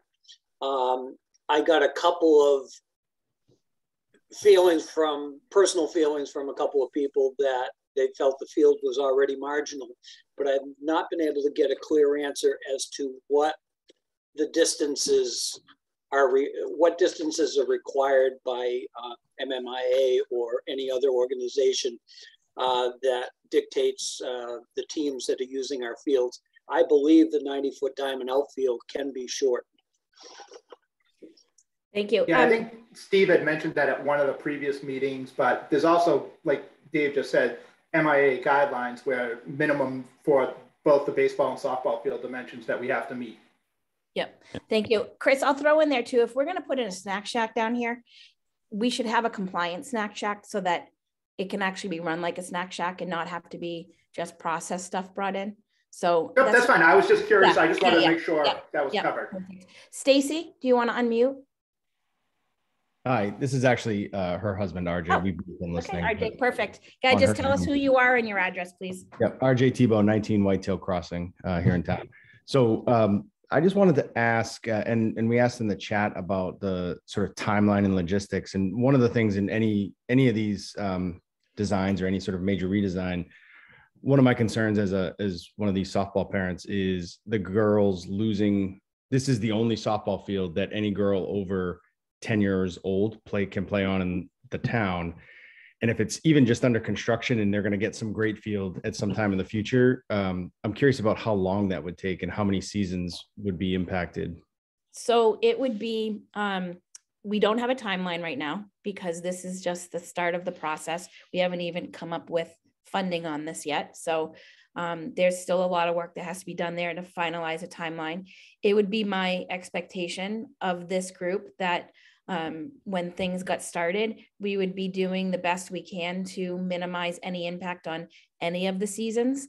The softball fields would probably have a little bit more impact than the rest, especially since we do have some summer programs that go there. So, you know, I would think that we would be eyeballing late summer into fall for, you know, for any movement of those two fields to lessen the impact on any of the programs that use that.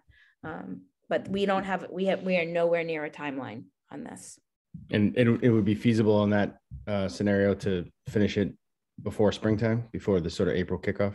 I would think so. But again, I don't have all the, you know, construction logistics on it to know exactly how long it takes. Got it. You know, in my simple head, we're out there with a couple of shovels and we're finishing it tomorrow.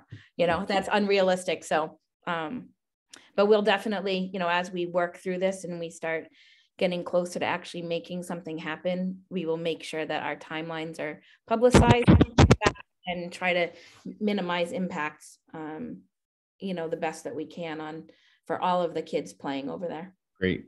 Just to sort of try to be quick here, the one point about the scheduling with other towns, there's actually two teams that play both softball and baseball at the high school. There's a JV and varsity. So there always would be, you can't just schedule it on one town or the other, because if the JV is home, then the varsity is away. And so they typically have to play right after school for the same MIAA rules that Chris mentioned earlier at the same time. So it is possible to have a shared outfield. That is actually what happens at Fitzgerald today. The younger girls under 10 that play softball there share the outfield with the instructional team. Luckily, very few kids hit it into each other, and actually a lot of parents sort of sit in the middle there and watch one way or the other, or if they have kids at both sides, watch both. Another just thing, I love the idea of permanent restrooms as somebody who's had to deal with the porta potties there that the Little League brings in, so that, you know, especially the little kids can go, but also the high school and everybody else uses them. Restrooms would be great. A snack shack would be great. Curious about sort of the funding model or the economics of like, is that something the Parks Department would plan to put something in place to manage and run? And this is sort of building on other questions about, like, in the past, the Little League has had to sort of request fields to be mowed, which Rob is always great and gets down there, you know, as quick as he can with the guys, or gets it scheduled and mowed. But it is a bit of a sort of, it's not till you raise your hand that you get what you need. Would that be the case? Would we do something different if we have new facilities there? I think about, you know, whatever we can do. You mean in the course of usage for scheduling? Really, it's for really for the whole park area. Like, who's maintaining it? It would still, that stuff falls under the DPW still. So I think that in, what was it, July 1 is when our fiscal year kicked in. And at that point last year, we had a contractor in. So all of our maintenance was, or landscaping was done through a contractor. So I have a feeling you're going to see some differences by the time the spring comes, with making sure that things are being done on a better schedule. But yeah, so no, it still falls under the DPW.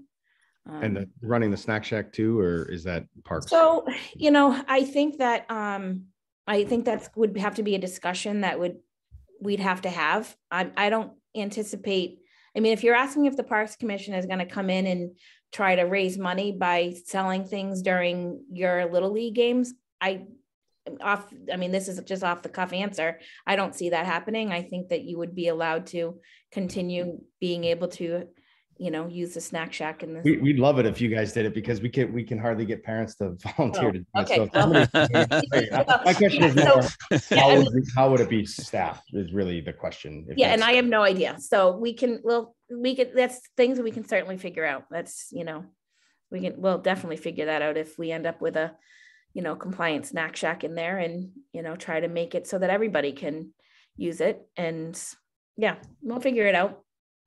Okay. And last question. Yeah. Is it the parks? So I'm just trying to think of like who the buck stops with. I understand there's, you know, the schools that are using the fields, and then there's parks that are sort of maintaining them. But if we get to the point that we're looking at losing seasons, like, what is the plan there? Like, is it to find an alternate field, or to play only away games, or like and maybe this is too early to be considered. Yeah, it's too early. It's too early. And, you know, and I'm going to remind you that, you know, we went through the construction of a whole school, and we, you know, and things were managed, not the best or not the most ideal, but, you know, it's too early for us to even speculate how it could be handled, because we don't know. So, you know, right now, what we are doing is exclusively looking at these two projects, two drafts, seeing, you know, and thinking really about space utilization. That's the scope of this meeting, just so, you know, we can move forward. And then as we move forward, we'll continue to have those questions, and then it'll be a better time to answer them, because we'll have more things decided. Yep, agreed. Greg Roy. Hey, can you all hear me? You can. Thank you very much. Two things, two different hats too. First, put my Dillis and Roy hat on, because I was mentioned a couple times. I reached out to Nick in the chat earlier, but I wasn't sure we were going to get public comment. I'll just say in the presence of the committee, I told Nick I'm available to him and to the landscape architects relative to our involvement in the with the septic design, and also the skate park, and also just as a local resource. So Nick and I may find some time on the phone just to chat on that, and I'm totally willing to share information the town's paying for the septic design. So we'll make sure that that's a coordinated front. Thank you. Secondly, just now putting my butter hat on, I'm at 105 Chestnut Street. We're right across the street from the existing backstop. I just generally speaking, I'm really encouraged to see the progress with these plans. I think it's exciting, like I said last time, to think about just in general that the park will be that the park could be updated and really brought into brought into this century, so to speak, and just thinking about the possibilities there. I could probably say a lot of comments relative to things, but I'm going to hold off because I think that a lot of things will get worked out for the best. But two things. One is the parking. Whatever we do, let's just make sure that we coordinate the parking effort on Chestnut Street. And what I mean by that is it would be a shame to put a parking lot there and then, still have a congested street parking situation, and then have introduced another 15 or 20 vehicles over there that just ends up exacerbating the problem. So if something, and I understand that it's jurisdiction issues, we have town jurisdiction and we have parks jurisdiction with street rights of way and park land, but if there could be some coordination relative to that, if we're going to put a parking lot over there, it'd be nice if the town could find a way to maybe limit some of the parking, the street parking or something in that area, because it's an issue. I, for one, love the activity in the spring. I'm not a baseball guy per se, but when I'm out working in the backyard and the first crack of the bat is just it's a sure sign of spring, and it's great to see people in activity at the park. So I'm certainly not trying to obstruct anything. I just, hopefully we can think about the parking, particularly on that side, in a real kind of macroscopic way, and not just kind of put a band-aid on something that may or may not work. And then secondly, there's probably an infinite number of solutions on how you would configure the baseball diamond relative to the space that you have there. Just think about foul balls, please. We have an issue with that now. Just think about that. I'm not an expert when it comes to that, but I can see with some of these configurations, the one that's in front of us probably is better because you have less left-handed hitters, which is going to be the foul ball problem, I think. But just think about it when you're whatever you're doing there. Just think about how that's interacting with proposed parking areas and abutting properties. So that's it. Thanks, Greg. Dave King. This is actually Amy King, Dave's wife. So I'm gonna, work on RJ and Stacy's thing. I'd like to echo the statements of many people with the concern about loss of a softball field or potential loss, as well as the abutting fields. We've talked a lot about the high school schedule, which I think is a concern. But I'd also like to echo, if we have summer softball programs, the Phillies play there in the summer. So how much overlap would we have there? I know somebody talked about is the outfield on that field too large for MIAA standards, but where the Phillies play there, I think that we need to think about that as well, because I think they probably need a larger outfield. But that is a huge concern for me. I was supposed to give you an address, 3 Gapes Place. So as someone who is off of Reservoir Road, the addition or the potential addition of another field at Fitzgerald is very concerning from a parking perspective. The parking on Reservoir during baseball season is actually a little bit concerning. So, I think that needs to be considered as well. So I'm not really a fan of losing a T-ball field. Maybe it can be put somewhere else, but we do need to think about parking in the other locations as well.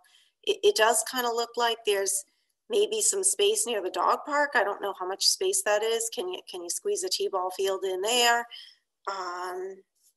But I think the key thing is that I don't think anybody in the community wants to see a reduction in the baseball and softball fields.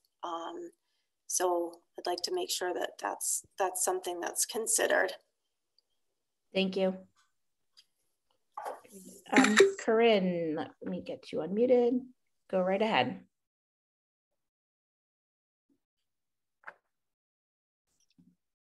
Oh, can she get unmuted? Okay, there we go. Got it. Okay. So I'll start off by saying I'm not against baseball at all. So don't get me wrong with my comments here. But personally, I like a combination of the two plans. And personally, I like the baseball setup on the first plan better. Not that I want to see softball go away, but I like, and this goes back to my comments at the last meeting, I like the aesthetics of the first plan better because it leaves some more open space. It doesn't seem like there's so much crammed into the park. Am I happy to be on that side where I'm seeing a field go away? No, but I'm also thinking back to, we lost 2 fields at the schools when they did the new build. And, you know, like I think Karen, you might've said it, can the school consider putting something back on some of that property, you know, behind TCP, or, you know, I don't know where we stand with the town, but that's just where my thought goes. You know, do they have room there somewhere that they could put a softball field back in there? I do like the idea of a basketball court being reinvented here. It was well used back in the day. And with the basketball court on the school property, again, if that's being used or school's in session, public's not supposed to be there, right?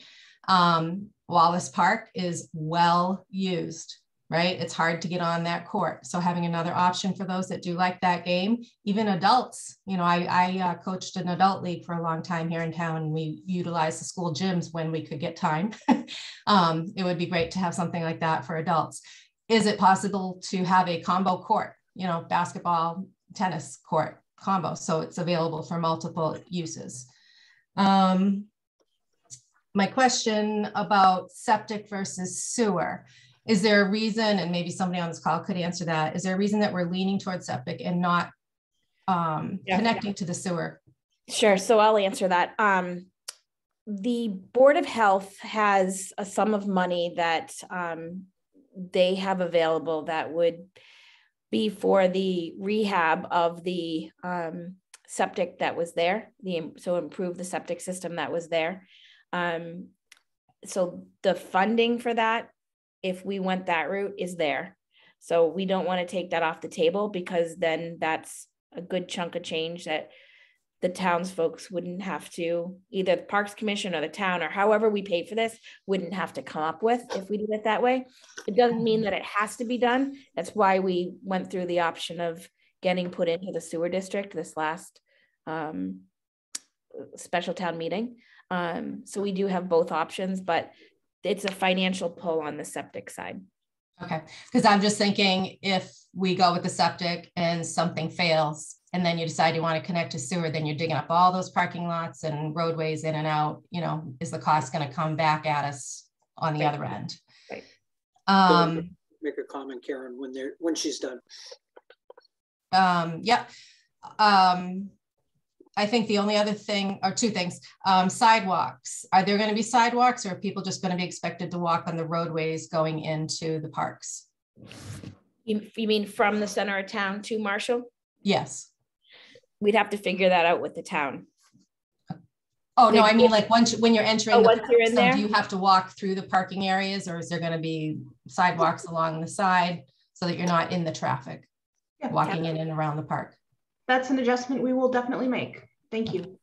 Because I know even now the roadways are narrow going in there, and I literally have to get off into the dirt or the grass to let cars go through. Yep. And then the last thing I just wanted to reiterate is about the parking on Chestnut. I do like the idea of there being a small lot there, but it will have to be in conjunction with the town and the police posting the rest of the road to say no parking at all allowed, and then policing it. Thank you. Agreed. Thank you. All right. Thank you, everybody who made public comment this evening. That was great. Catherine, we can touch base in the next week or so to finalize when we need to do our next meeting and all that kind of stuff. So awesome. Thank you guys so much for joining us tonight. It's very much appreciated. Do any commissioners have anything before we let them run on their way? Do we need, what would need to happen? I guess going back to the question I asked about the designs that they'd be working off of. Do we need to make a decision on that now? or no? Do you need a decision from us tonight, or do you have enough information from what we gave you to know what you're working with? Yeah, I think we have enough information to know what we're working with. I need to check in with the design team tomorrow. Okay. But my gut is that we'll probably be developing 2 options based on design option 2 tonight, which incorporates some of the feedback. And then once we have those 2 design options, we will present them to the town in a few weeks, and Karen will talk about that. Okay. So yes, this is not the end of the, I see, yeah, this is not the end of the process. So it's just the beginning. Great, thank you. Anna, did you have something? You asked to be unmuted. Yes, I guess Catherine just answered this. I just want to, have our understanding that it is our plan to maybe submit more information if we decide, like if we could just leave something not decided right now so that we can maybe get more feedback. Yeah, absolutely. We can hold off on this while you sort of finalize feedback, if that's helpful. Yeah, just give us a couple days to maybe. Absolutely. Awesome. Thank you very much. Course. Absolutely. Great. Thank you. All right. Awesome. Thanks, everybody. And thank you, Nick, for joining us, and Catherine. Yeah, thank you for all of the feedback. This is really helpful as we move forward. Great. Thank you so much. Thank you. Good night. Thank you. All right. Thank you. Rob Thompson, do you have any updates for us? Nope, let me see. He's probably muted. Let's see. There he is. Do you have any updates for us, Rob? Yeah, well, I'm getting up to speed with Munis. I've just been connected to my OneDrive, so not a lot of progress. It's more administrative, just making sure the beach is going to open on time in terms of water testing and having that employed for safety purposes. Other than that, my goals are to be up to speed on Munis, hopefully by February, and we'll make more progress there in terms of what I can do in terms of using my budget. Okay. Can you on the Munis front, as you're dealing with the financial side of the parks, can you we have some revolving accounts and stuff. Can you in all of your free time see if you can figure out, just check in with Karen Brochu on what our revolving accounts are, how they get expended, and things like that, just so that we it's a conversation that we haven't had with this current commission. I've had it previously with her, but it'd be nice to have an understanding. Do you a couple of things on the beach. So do you know when you're going to open, put out job app? I'm so tired. I can't. Job applications. We should have those. We've just drafted the first draft. We're kind of finalizing the timeline, but it would probably be around March 22nd, the latest. We'll have those jobs open probably a week before that, and we will give preference to obviously the first ones. Yeah, we're in line for testing. I had to get a crash course on who's going to do it, but I have to speak with the Board of Health, and we're moving forward with all that. Okay, great. Do you have an update on what's going on with the beach house right now? I do not. I probably shouldn't speak too much on it because I have not heard too much, but I heard it had a ice dam that might have been a temporary thing. It leaked a little bit. I'm not sure where that stands, so I can't really speak. Okay. All right. Great. Thank you. Does anybody have any questions for Rob? All right. Perfect. That's done. All right. So this one is actually a request from town manager. She is looking to see if we have any items that we would like her to submit to our legislative delegation for consideration for funding. they're projects that would have to be done in FY23. They are also projects that need to have a money figure with them. So I think based on that, and we don't have a list of projects, the only one that really comes to top of my mind is the Marshall Park survey. It's currently going through the capital planning group. I think it's made, Dave, number 14 on there. The That's final, correct. but sitting at number 14. The current expectation is that they're going to be able to fund up through number 20, which is fine. So it looks like we may get that for this year, but we could have her submit it. And if it gets paid for on the state side, that just frees that money up on the town side. Does anybody have any thoughts on any, either that project being submitted or not submitted, or anything else that we might have? What would it take for like the property on Northfield Road? Mm-hmm. I was not in the commission then. That was with the idea of possibly building rectangular fields. There's absolutely no plans. There was nothing. It was a piece of property that the timing was right on it when it came forward. So and there was a grant. Okay. And there was a grant. I wonder if there is maybe, but the one on West Street, we have talked about that, the one that's being used. I'm just wondering if we can do a similar request like we did with Marshall Park. We made it for the town. We made a $50,000 request to create a master plan. I'm wondering if we can make a request for a master plan, a design master plan, similar to what Marshall Park is for one of our properties to build more rectangular fields. So, I mean, we could certainly ask. When I brought up the survey to her, because it wasn't like a tangible thing, it was, you know, it would benefit the town, but it wasn't necessarily something that you're not going to have a park at the end of it. I don't know if they'd consider it, but I mean, we can certainly ask. The only thing is we'd be taking a stab in the dark at the price to do a master plan for Northfield. Well, I mean, it wouldn't be totally in the dark because we just went through something similar. Mm-hmm. So, you know, considering that there is if we're talking about just rectangular fields, we could submit for a similar, or maybe jump it to 75. So it's not a stab in the dark.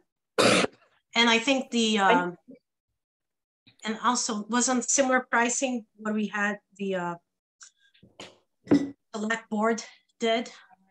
They were under us, but I don't know what their price was. Okay. So I don't think it's a stab in the dark. So do you want, Chris and Dave, do you have any opinions on any of this? As being involved heavily in the capital planning process over more than just the 2 years I've been on the committee, I think it never hurts to try to get projects, even if they're on the capital list, funded by other ways, because it frees up that money for reappropriation or applied towards projects that run over budget in the capital. Any project that the town manager is willing to add to the list, I think is appropriate to put the request in. We're not guaranteed that it'll get added to the list, but I think that's one. We have a good number. I chased the number. So that $25,000 is a very good number to get the survey done for Marshall Park. The second item, excuse me, that I have is that the bathroom building on Marshall Park, whether it's tied to sewer or it's tied to septic, a good building is going to be about $100,000 to $150,000. And that's an estimate that I think you can get Catherine would agree with. And I've spoken with a manufacturer in Massachusetts, and they gave me the same number. I'd like to see us attempt to put in a request for $100,000 to $150,000, pick a number in that realm, for restroom facility improvements at Marshall Park. Hold on, I'm writing it down. So Dave, yep, can that project be completed in 2023? It could very easily be, yeah, because that number is a prefabricated building, and assuming, excuse me, actually no matter which way, although if we go with the septic system, the funding's already in place, we can have that. The septic system can be in the ground by midsummer if we chose to move forward quickly. So yes. All right, Chris? Yeah, I get behind both. I appreciate what Anna's saying in terms of the Northfield property, and looking at that. I mean, I think we're continuing to see the need for space in town. I know when they first announced the purchase of that land, that was the kind of topic of discussion. I kind of remember them saying like, oh, that could be rectangular fields or something like that, but it's 20 years away, kind of thing. And I can't fathom not doing something with that property sooner rather than later, on the park side. From what Dave's saying with the restroom standpoint, if it made sense to go forward with that, with the master plan that we're working on, and we know, obviously we're going to have maybe know where things need to be, and there's, I don't know about grading and things of that nature that we'd have to look at in terms of the overall plan. But if it made sense, then the sooner we have facilities at Marshall, I think the better off we are in terms of programming and everything else. So, yeah. All right. I have one question about the survey, and that's one that I have thought about it, even based on the capital planning request. Like, as we seek funding for doing some of this improvement on Marshall Park that we're talking about, getting grants and so forth, wouldn't the survey be part of that, of the construction process? And wouldn't that be funded? We can't start the construction. We can't. We would be remiss if we started any projects without doing a survey. And in order to know where everything can go, we have to do the survey first. Right. So wouldn't the funding for the construction include survey? No. And you're 2 to 3 years out from a complete funding for this type of a project, because, as I've stated openly in all the meetings, my goal is to go after grant funding, such as the types of money that was used to purchase Northfield Park. That's a process we can go through for the improvements of this park. I believe ARPA funding also is appropriate for this, but we're not far enough along in the process. So they need to be looked at as two different things, because the survey needs to be done first. And actually that's part of why, if you remember back to our January 6th meeting, there was that grayed out area when they were doing their work, because that area hasn't been surveyed. They don't have a good enough survey to go off of. Yeah. So there's 3 projects that we've just mentioned. We've mentioned Marshall Park survey, which is $25K. We've mentioned Northfield Park, a master plan for that, which $50 to $75K is my guess. And then the restroom facility improvements at Marshall Park, $100 to $150. Do we want to motion to send all 3 of those forward, 2 of those forward, 1 of those forward? What do we got?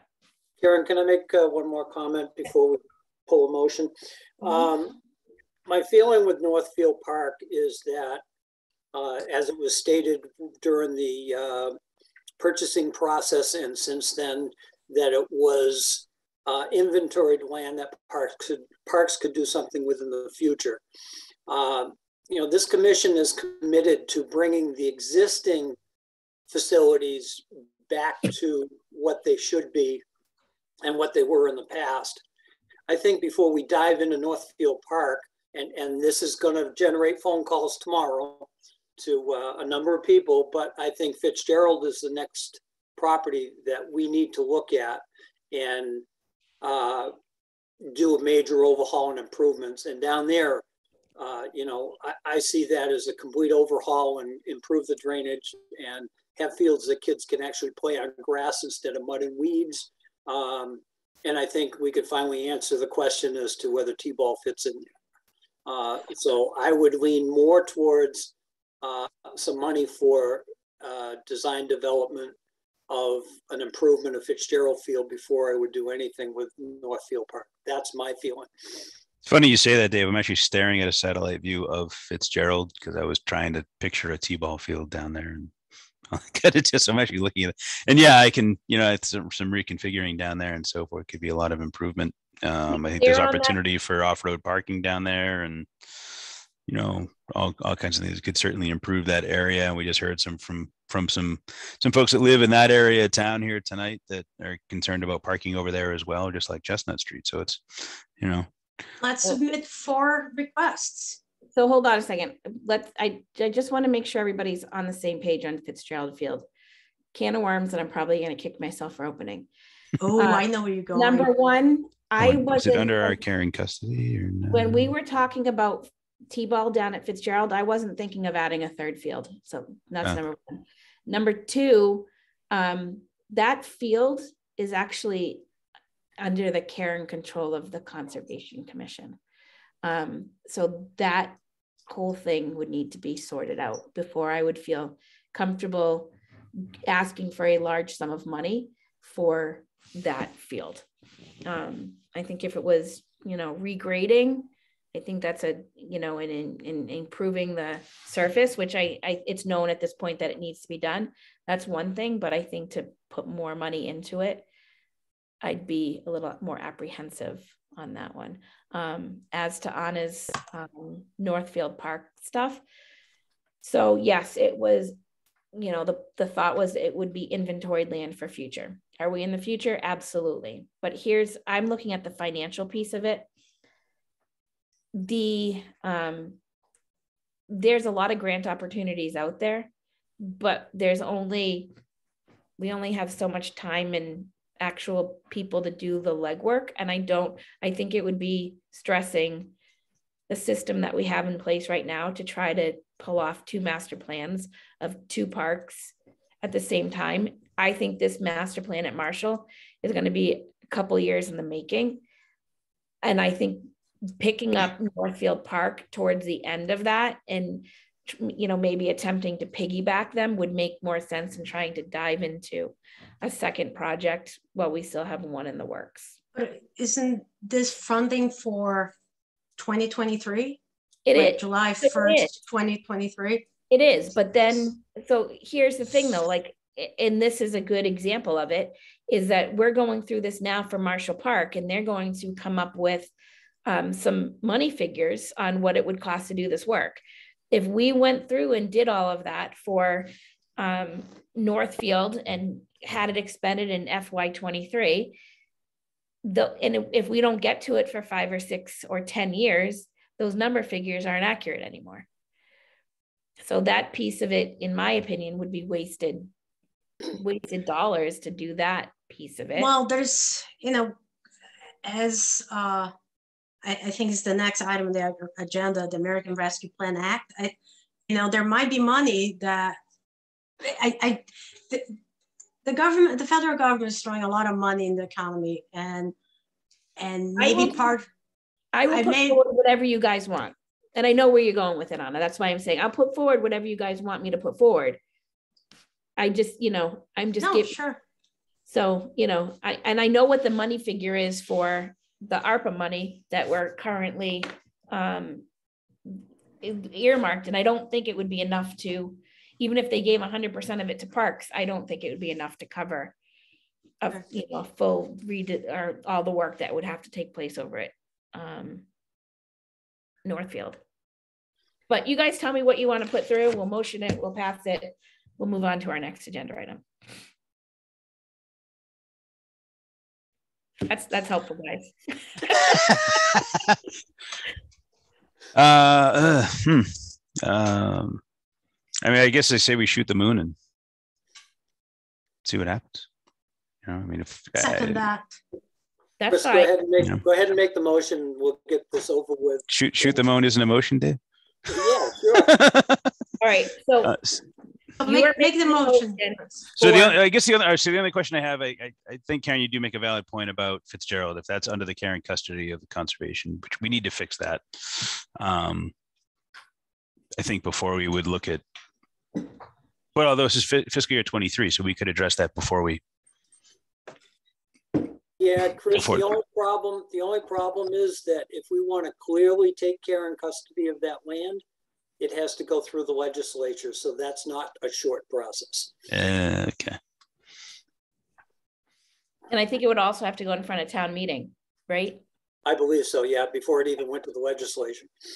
So I think that's a further down the road discussion for Fitzgerald.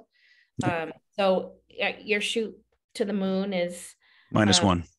The restroom facility at Marshall. Master plan for Northfield and survey of Marshall.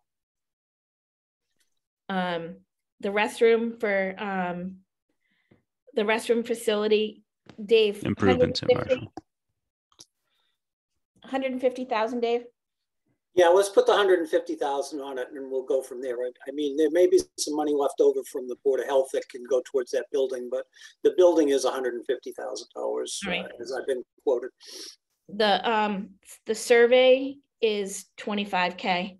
Yes. And then the master plan for Northfield 75. 50 or 75.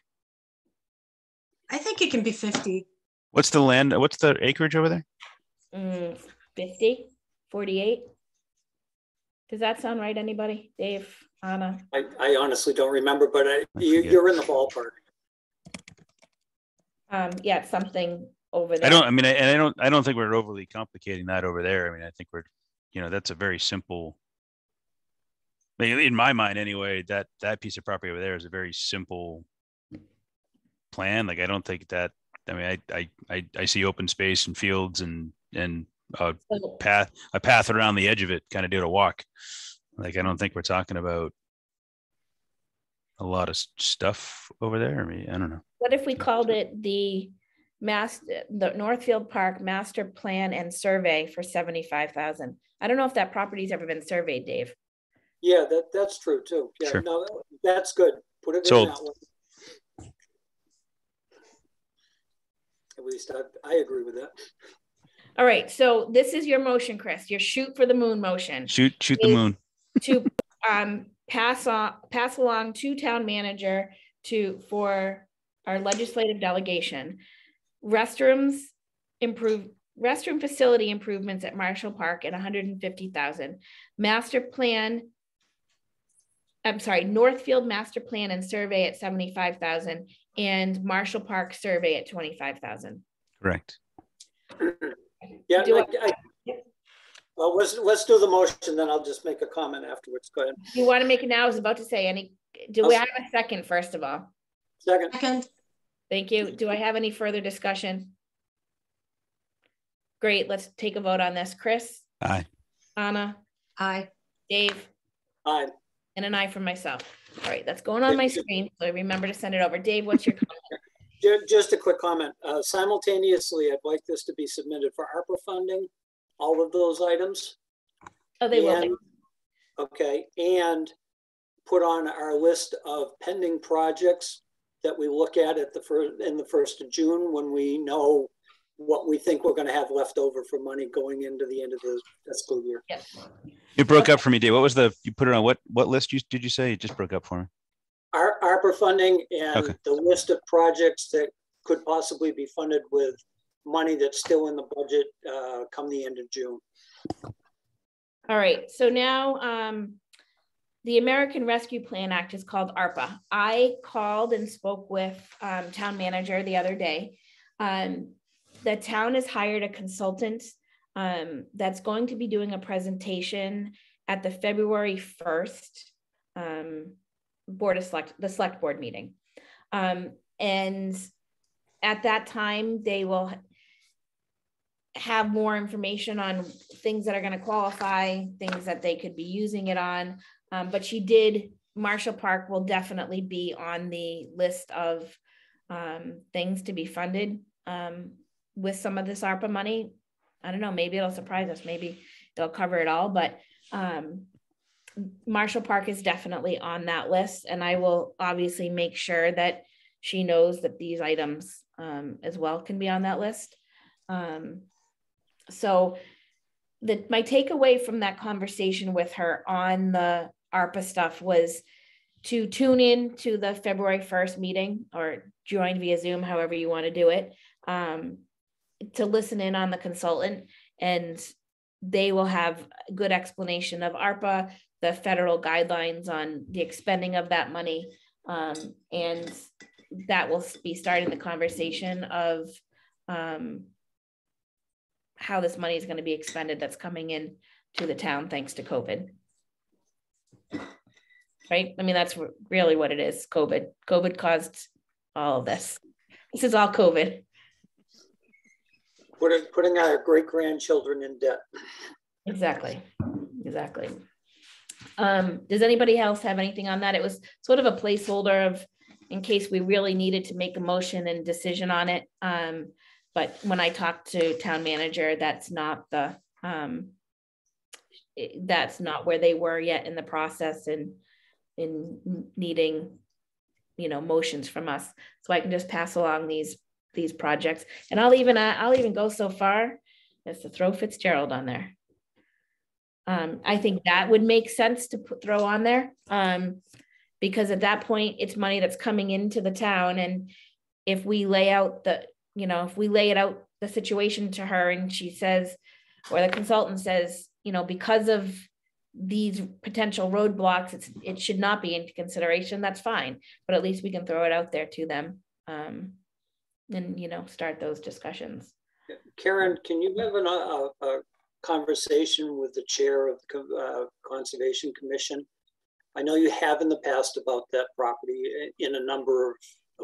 for a number of reasons, but just throw by him that we are potentially looking at going after funding for improvements to that property and see what he thinks about it. And maybe it's more appropriate for them to go after it, but we manage it. Or something to that effect. I don't know. I think if we have the joint conversation, it might go a lot smoother. Yep, no, that's fine. I'm putting down in my notes the minute of our meeting so that when I talk to Mr. Pease, I can say, go back to our meeting on this time. And now we're over the 2.5 hour mark. Congratulations, people. You're testing my just bladder. under 227. All right. All right. So if it's all right for a second before we talk about skate park, since we're on the Marshall Park survey stuff, when I put out the call for agenda items, Dave had asked for Marshall Park survey, an RFP to be put on our discussion. I don't think the cart's too far in front of the horse, but I don't think we're quite there yet, but I think we can get that process rolling. It's a matter of working with Julie Bellevaux. She's the one that puts out those. She's the one that, let me see what my notes said. Julie Bellevaux is the one that puts out the RFP stuff. And so, yeah, we would need to speak with her to get it going. So I can do that. Yeah, Karen, if you would, I'll save my comments. I've already given them to you, and just getting the request in was most important to me. But I would ask if two people that are still on this meeting, if they're interested in commenting, Rob Thompson being one, and maybe Greg Roy, where he's in the industry. I see no problem with putting an RFP out for a project that we definitely are going to do. We don't have the funding yet, but it looks like potentially it's in place after July 1 or from some other source. And if we don't start the process now and wait for the funding, then we're going to be 3 months after town meeting before we have the RFP process completed. I think you can do it both ways. And one thing it does is it gets you a more competitive bid and price, because nobody knows what's appropriated for the project, although, you know, we have a round number at this point. Did Greg or Rob or anybody, Corinne, if you have any information on that, anybody's welcome to chime in. If anybody has their hand up, I have no idea because I don't have my, oh, there's Greg. They're both waving. Rob's, I'm unmuting both of you, don't talk over each other. Go ahead, Greg. So I don't see any problem with doing that from our standpoint. If the town's willing to put an RFP up before they know they have funding, I don't know if you do it now. If you're not going to be able to pay for it until July 1st, I mean, asking a consultant to give you to lock in prices for 5 months is different than asking them to lock in prices for 2 months. Maybe do it early, but maybe not do it quite this early. Maybe hit the streets April. In April, yeah. In April, and then you can get the contract and stuff all ready to go by July 1st. Doing it early, I think, is good because, well, if 2022 is similar to 2021, you're going to find consultants. If you put a tight timeline on things, you're going to find consultants are limited in their ability to turn it around, because we had a 12-week survey backlog through most of 2021. And if, you know, we got a RFP, if we saw an RFP that said we had to turn around a survey, a $25,000 survey in 12 weeks, let's say, we would have just passed. We wouldn't have bid on it. So keep that in mind. But I don't think there's any reason to go early. Just maybe not. Don't ask people to honor their numbers for 5 months, but 2 months is probably fine.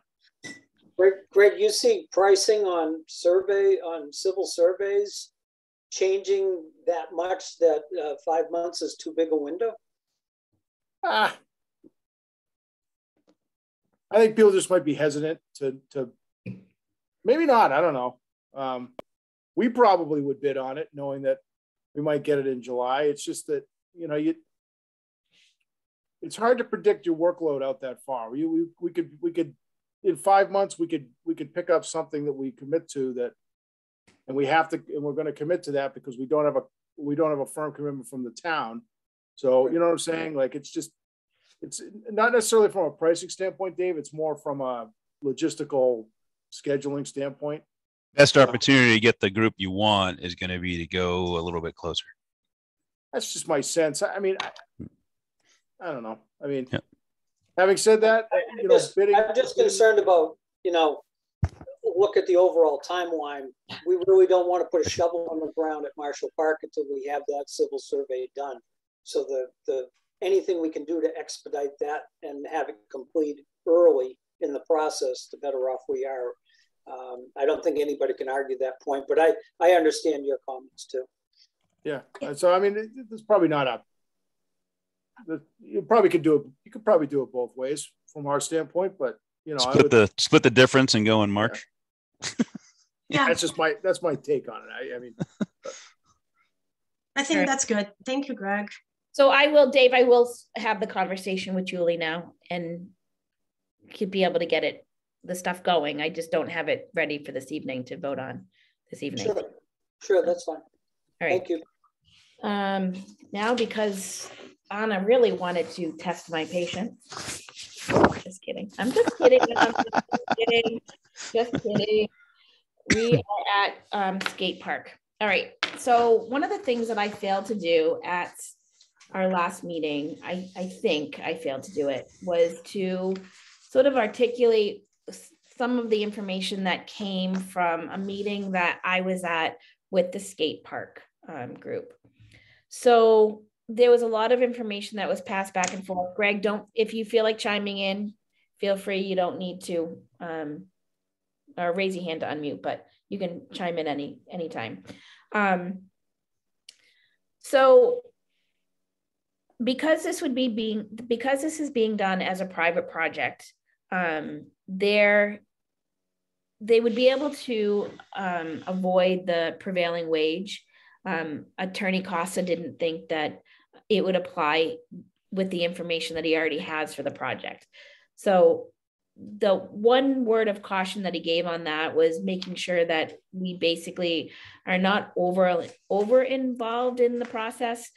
We really can't dictate any of the intricacies on it, which then led to a discussion, a whole bunch of different discussions, obviously, but one of them, and this came up at our meeting prior to that meeting, was what do we do to ensure that this project gets done?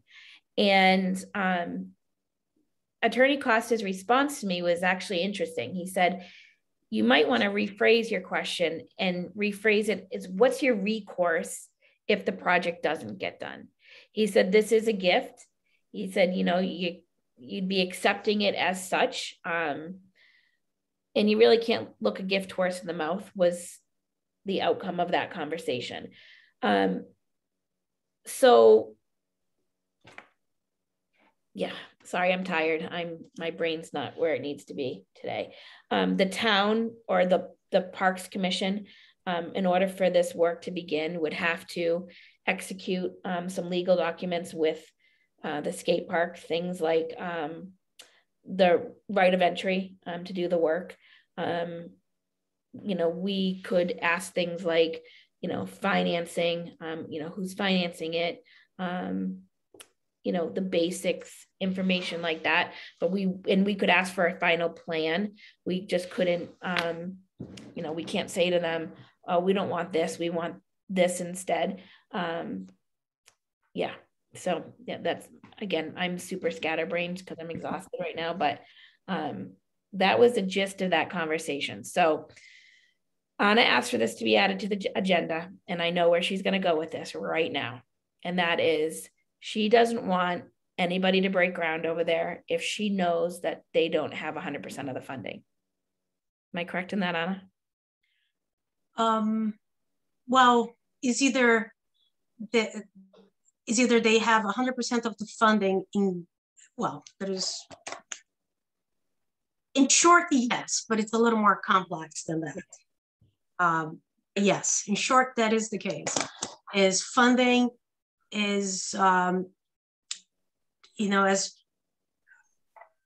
well, let me step back because here's why I think this agenda item needs to be here as a discussion among us. And is that I feel like we should have a discussion and set some, a list of things that we want to see, taken care of by the time the skate park comes to us and say, we're ready to break down. And that will be a list that serves them and will serve us. So for us, we can have the discussion and say, okay, we want to have funding. We want the design and the cost to be out. Like, we can have that list and we can discuss that before they get here. And that will give us the time and the space to have the conversation among us and to make sure we're okay with that. By the time they come, they know what are the hurdles that they will have to overcome. So it will serve, my goal is to really have something that is clear for both parties. I do not want them to get here, to come to tell us, hey, I'm ready to break ground. And then we start that discussion about, what is that will take for them to get the okay from us. So that's why, that's the justice. So there are a few things that are in my mind as to what it will take for me to vote yes. Is to either have 100% funding in cash, or that the town has a recourse. And it could be a bond that, makes the site back to where it was. I don't know, I'm sure there's something there's construction bonds out there, and not well versed on those. You know, we can ask them to submit the design, and we can review the design, but most importantly, I want to make sure that the estimated construction cost is correct. It's one that is what is there. And we got to make sure it gets completed. We have a recourse for that. So those are like my main concerns that I feel like we should have a list for them, that this will take for us to vote yes. And we can still change our minds, but at least it gets them, you know, it's a list. And I think, and it'll be good for us to have that before the group comes to talk with us, because it's hard to, you know, they're going to be trying to sell us on something, rightly so. And, you know, we'll be pressure at the moment to make a decision. So I think, you know, talking about now is the right time. No, I'm fine talking about it. My brain's just. Right. It might be that, you know, we could have a discussion today because our brain are dead, that, you know. No, I want to have, so here's what I'm thinking. I want to have a list of questions that we need to have answered from whoever, town council, town manager, skate park, whatever you think it is. What I want to also do is make sure that as we're having these discussions, that the skate group is aware of them, because there's financial implications to some of these, including if they need to get a bond to make sure that, you know, if something happens and it doesn't get completed, that we are made whole. So the earlier these conversations happen, the better. I don't know. I've never done this. None of us have ever done this. So I don't know the best way to deal with some of this. So I'm game for suggestions. I'm open to feedback that you guys have. You know, it'd be wonderful to see this project break ground this coming year, or we're in 2022, you know, this later this spring. You know, I think the boys, not that I'm downplaying the work that Greg and Anthony have put in and the rest of the adults, I think for these boys to see this project come to fruition, and give them the realistic expectations of our group. And, you know, I think that's important, and so I'm fine with it. So what do we need to still have answered? What is the general consensus on what we want to require from them for, you know, completion of this, the recourse if it doesn't get done? Go ahead, Greg. Oh, I need to unmute you again. Go ahead. Just real quick. Thank you for giving the opportunity. So what Anna said, I think, Karen, correct me if I'm wrong, and I know your brain's fried, mine is too, but I think it squares with, I think it's consistent with what Attorney Costa said. I think the kinds of things that Anna envisions are the kinds of things that Attorney Costa said that the town could put as conditions in the access agreement. Yep. So I think that this is probably a very great thing for the commission to do, because it'll do a couple things. One, I think it'll inform your group, which I think is good. Two, it'll inform our group, which is good.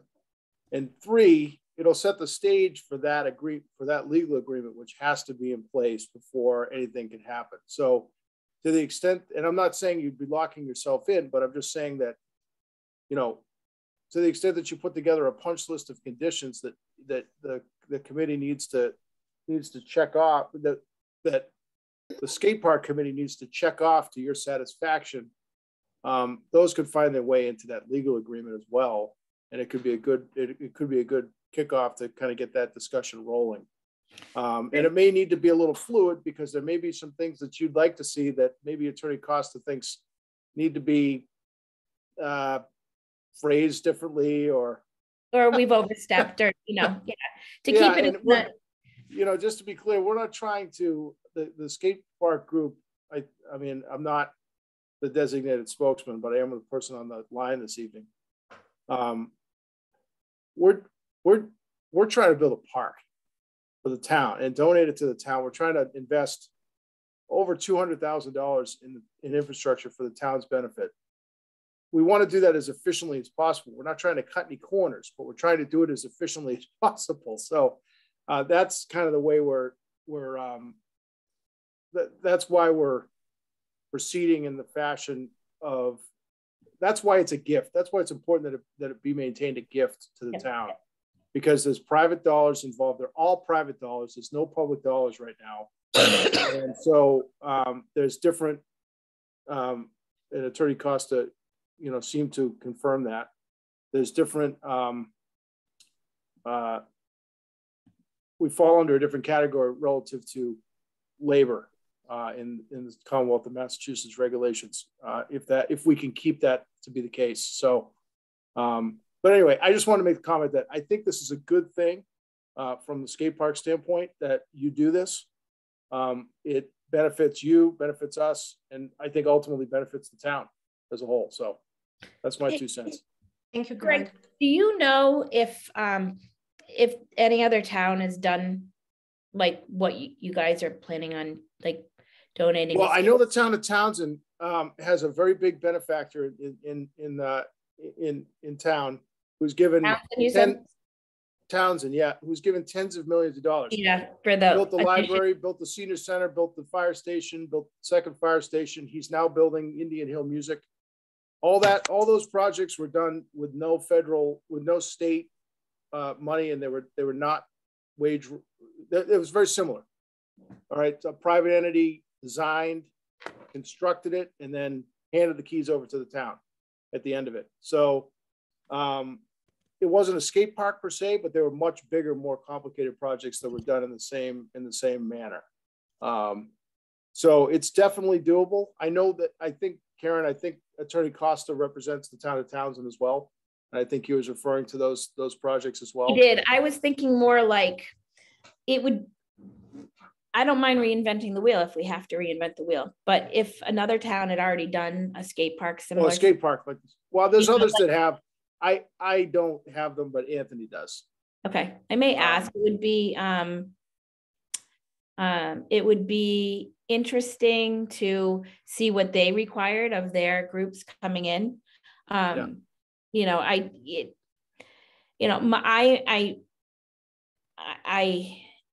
think that I want to trust that a group's not going to come in and start building something and run out of money, or have something happen and now they don't have enough money, or whatever it is. I want to believe that, but the reality for me is that, I came into Lunenburg, and one of the first things that I, was introduced to was the turf and how that whole project went down. And I don't want to be in that situation. I don't want to go back to town. So, I think that, having a bond in place that would ensure that either if the project doesn't get done, that we can either complete it at prevailing wage and all the procurement laws, because that would happen if those would come into play if we had to take over the project, or to be restored back to original condition, which I think would be very difficult to do. I think that's that's a lot easier. Truthfully, that's a lot easier to do than the first thing. Well, I guess it depends on how far into it you get. Yeah, exactly. It would be a shame to do it. It'd be a shame to do it, but it's easy. So just to, I understand that this comment is not worth much, because I'm just a private citizen, but the skate park doesn't want to engage in work until we have enough money to do it either. And by the way, we don't want the town to have to, at least this is my opinion as one member of the committee, we don't want the town to have to guess that we have enough money. We want to be able to produce the documents that gives your committee and whoever else in town needs that visibility. Here's what the contract price is going to be to build it, and here's what we have in the bank. By the way, probably here's the legal obligations we have of people to give in-kind donations. That's going to be part of this. There's some in-kind donations, and they're a significant part of it. You know, we have people that are going to donate concrete, gravel, you know, lumber, this kind of thing, and that's like cash equivalents. So, but those need to be contractually, in my opinion, and I've talked this through with Anthony. Those need to be we need to have those contract. The skate park needs to have those contractually. It's in our interest to make sure those groups are contractually bound to those agreements. And I think that it's important that the town understands that too. Just now I'm talking as a townsperson, as a taxpaying citizen. We don't want to give permission to build something that we can only build 90% of. I mean, that doesn't do anybody any good. So I hope there's a way that we can give that visibility very clearly, and make everybody breathe easy, because I think that's in everybody's best interest. Yeah. So I'm very happy, Greg, that you feel that way, because I do think, you know, it's knowing what you have to, you know, what the punch list is going to be helpful for the group. Yeah. The other piece, so it sounds like we're on the same page about that. We haven't heard from Dave or Chris about kind of creating a list of requirements for, is that something you guys think there's value you want to engage on? So I question some of it, whether we can do it. And I'll give you an example. Greg, do you have to have your concrete certified for this project? He's muted. You're muted again. Stop muting yourself and you won't have to be unmuted. Did I unmute you? I just keep pushing buttons and hoping. Oh, okay, I'm sorry. I'm forced to have it. So if I burp or something, it's not on the public record. Do we have to have do we have to do slump tests and break concrete cylinders and stuff like that? Yeah, I mean, I guess I'm just, with my luck, you guys are going to show up with a couple of bags of concrete from Home Depot and you're going to dump it and we're going to go. And, just a couple of bags. You know, just a couple of bags, a couple of thousand, hundreds of thousands. You know, I want to make sure that, you know, we're, you know, a licensed concrete guys pulling in. Yeah. Hold on. I mean, they have a building permit that they need to go through. So, did you figure out the permit side, Greg? I don't think we have yet, Karen. No, okay. Not that I know of. I know that Anthony's talked with Casey, but I don't know if that has been resolved yet. It's a hard thing to pin down, Anna, because it's like a, you know, if we were building if we were going to be donating a pavilion, that's pretty clear. We need a building permit for that. This is one of those things where, like, you know, so like if we were donating a parking lot, we wouldn't need a building permit for that. So, you know, where does this lie? You know, somewhere between the two. Yeah. So it's I don't know that we've nailed it down yet. So I don't think drainage. Like, I would think some of those things drainage we need, and that's on my plate. We'll be going to planning board and conservation commissions for those things for approvals. But even drainage for the park, because there's slopes and like we need that. That's going to be spelled out in the plans, and we'll need approvals from the town to do that stuff. Right. And we're working on that. But in terms of an actual building permit, I don't know the answer to that yet from the building department. What I was thinking more like when parents start talking about concrete and pipes, which I have no idea of anything, is that there are some building standards and regulations that would take over on that. So in my mind, I don't have to think about that, because somewhere out there, either the town or the state has something. Even to build parking lots, you would have I think there's, if you want to do a parking lot with concrete, there's a type of concrete that you should use. Yeah, but that's on people like me, civil engineers, to specify that. Oh, okay, yeah. And, so, and then it's my license on the line, right? So right. But I don't know that there's a I'm not sure of the so like in a house construction, right? An architect will stamp it, but you still have that third party. You still have the town in there inspecting it right. Over the top of that. Whereas on a parking lot, it's a little different process, right? So right. I guess this could be all resolved. I don't want to say that. I know that Anthony's been having conversations with Casey. Yeah, honestly, Karen just left the room, but I was not planning. Fair enough. Where we were going with this is really just criteria for us to give the okay, and I'd say get a list going, and then you got to run it by town council, and that's why I said in my opening remarks that you may have to, it may need to be a little fluid. You may need right. to refine the list, but get something as a starting point, and then that's going to help the committee, our right. committee, and the town as a starting point to start formulating those type of things. So now that's good. Now the other thing that I think she kind of included under the general discussion about it is that, by the way. Oh, good. So if I talk about you, you're going to be listening. And recorded.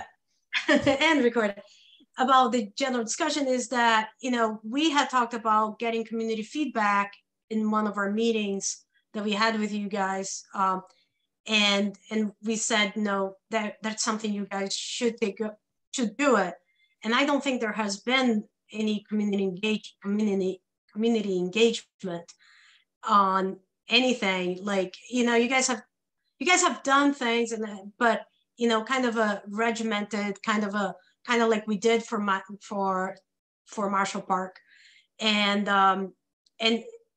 as we were doing for Marshall Park, that became a topic of discussion: is when was community engagement for this project, and we haven't had. And I think that is something. I think you did community engagement at the start of the. I remember we've had. I respectfully, I have to just disagree with that.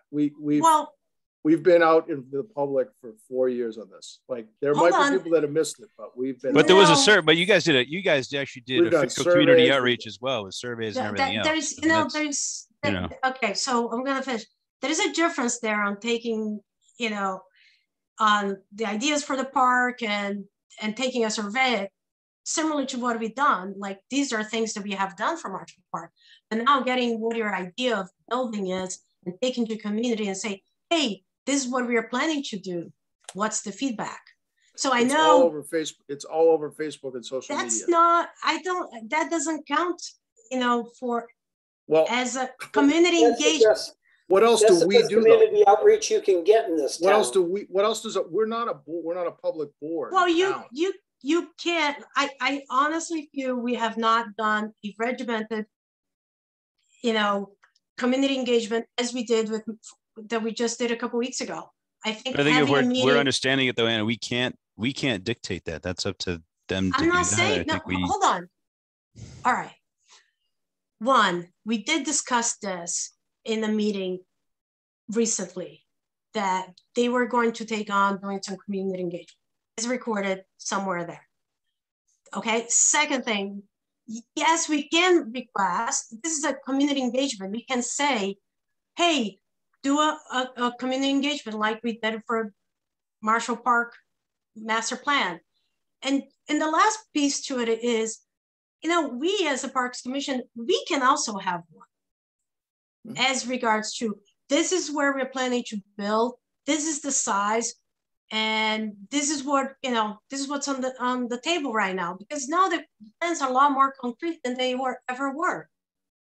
So in fairness though, Anna, I think at this point we're too far along in the process to think about, let's go back and say, this is what we're thinking of doing this or that. Like the skate park group has done their due diligence. We've, I think, done a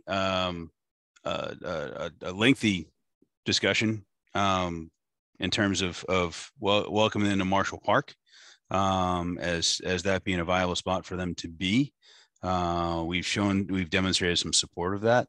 And to go at this point back to and say, oh, let's have an outreach here and discuss and say this might happen here. It might, kind of, under the guise of might happen at this point, I think is unfair to their group. I think it's unfair to the time and effort that this commission's already put into this as well. I think we at this point need to be moving forward with the understanding that they're going to raise the money. They're not going to break ground till they have all the money. Greg is talking. I mean, we're hearing that straight from Greg here as well. And I can't imagine and anyone involved with that group would want to see something start and not be able to finish it. That entire group of kids and parents and community members have put far too much effort into this. The community outreach has happened, as Greg said, ongoing for more than 4 years. And I don't think it has been. I think they've been out there talking with people, but there has not been a public meeting of engaging the community. So let me ask you this, because I have a slightly mixed opinion on this. What would you want to get out of a public meeting? I think one, have questions answered. I think there were a lot. So, what? Questions answered on what? On the skate park. I think the community might have questions that I don't know what they are. We have not had, let's just say we have not had a community meeting about the skate park, period. Everything that we are building in town, we have had it. We talked about them doing, this has not happened. And so questions answered. I guess simple things. I don't know. So here's my take on it. There is absolutely no difference between a community meeting of, say, what we had 2 or 3 weeks ago on January 6th and a regular meeting. It's just how who's there, who runs it, whatever. And we were all in attendance, or most of us were in attendance the other night at the Board of Selectmen or the Select Board's meeting. That was just a section of their regular meeting. There wasn't a ton of community input, and that's just the way it went. So that said, and the reason I bring that up is because the Parks Commission as a whole never had high attendance of outside visitors to our meetings, which is fine. But 2 years ago, almost 2 years ago, we went online and we did all of our meetings via Zoom. And that's when all this stuff with the skate park picked up. All of those meetings could have been attended by anybody at home. They were all publicized the same way every meeting is put out there. The agendas are posted. If people had wanted to come, I'm feeling like they could have come to ask questions. I don't think that the Parks Commission, I think we'd be opening up a can of worms if we decided to hold a community meeting on this, because then we'd have to hold a community meeting on everything we did and everything we put into our parks. So when we put in the playground over at Wallace, we didn't have some big community meeting. The design was put together. It was presented to the Parks Commission. We supported it or didn't support it. That's just the way it went. And at the end of the day, it was done. If we have to do that with everything that we do, it's time consuming. And I think so can of worms there. Okay, well, government is supposed to be transparent and it's a slow process. So I do remember, like, that's one. To the Wallace, the playground that was replacement. It was not a new playground. No, it was a brand new playground. There was a playground there before. So there was a playground there before. Yeah. So that's not a reason. And no, this is not everything we do. This is construction of a new thing, which right now we have 2 things going on in town that we're seeking community input. And we have not done that with this one. Now, the last piece that I'll say is, I participate as much as I try to keep track of what's going on and so forth. But I'll give the school construction, that happened a few years ago. which is, I waited for the community meetings to go to the meetings because I didn't want to just go to the meetings and be talking out of order of the process, because usually there's a process on these things. So there is a process of, so I waited. There's many different times that I have waited for the right time of the process to give my 2 cents when I find that my 2 cents are important. In this process, there has not been a process that we said to the public, hey, this is going to be the time to give your 2 cents, to give your opinion, to construct on something. And if it's opening a can of worms, that's, we should have maybe, and I take responsibility for it. Maybe you should have asked for that earlier, but we did talk about it, but we didn't follow up on happening.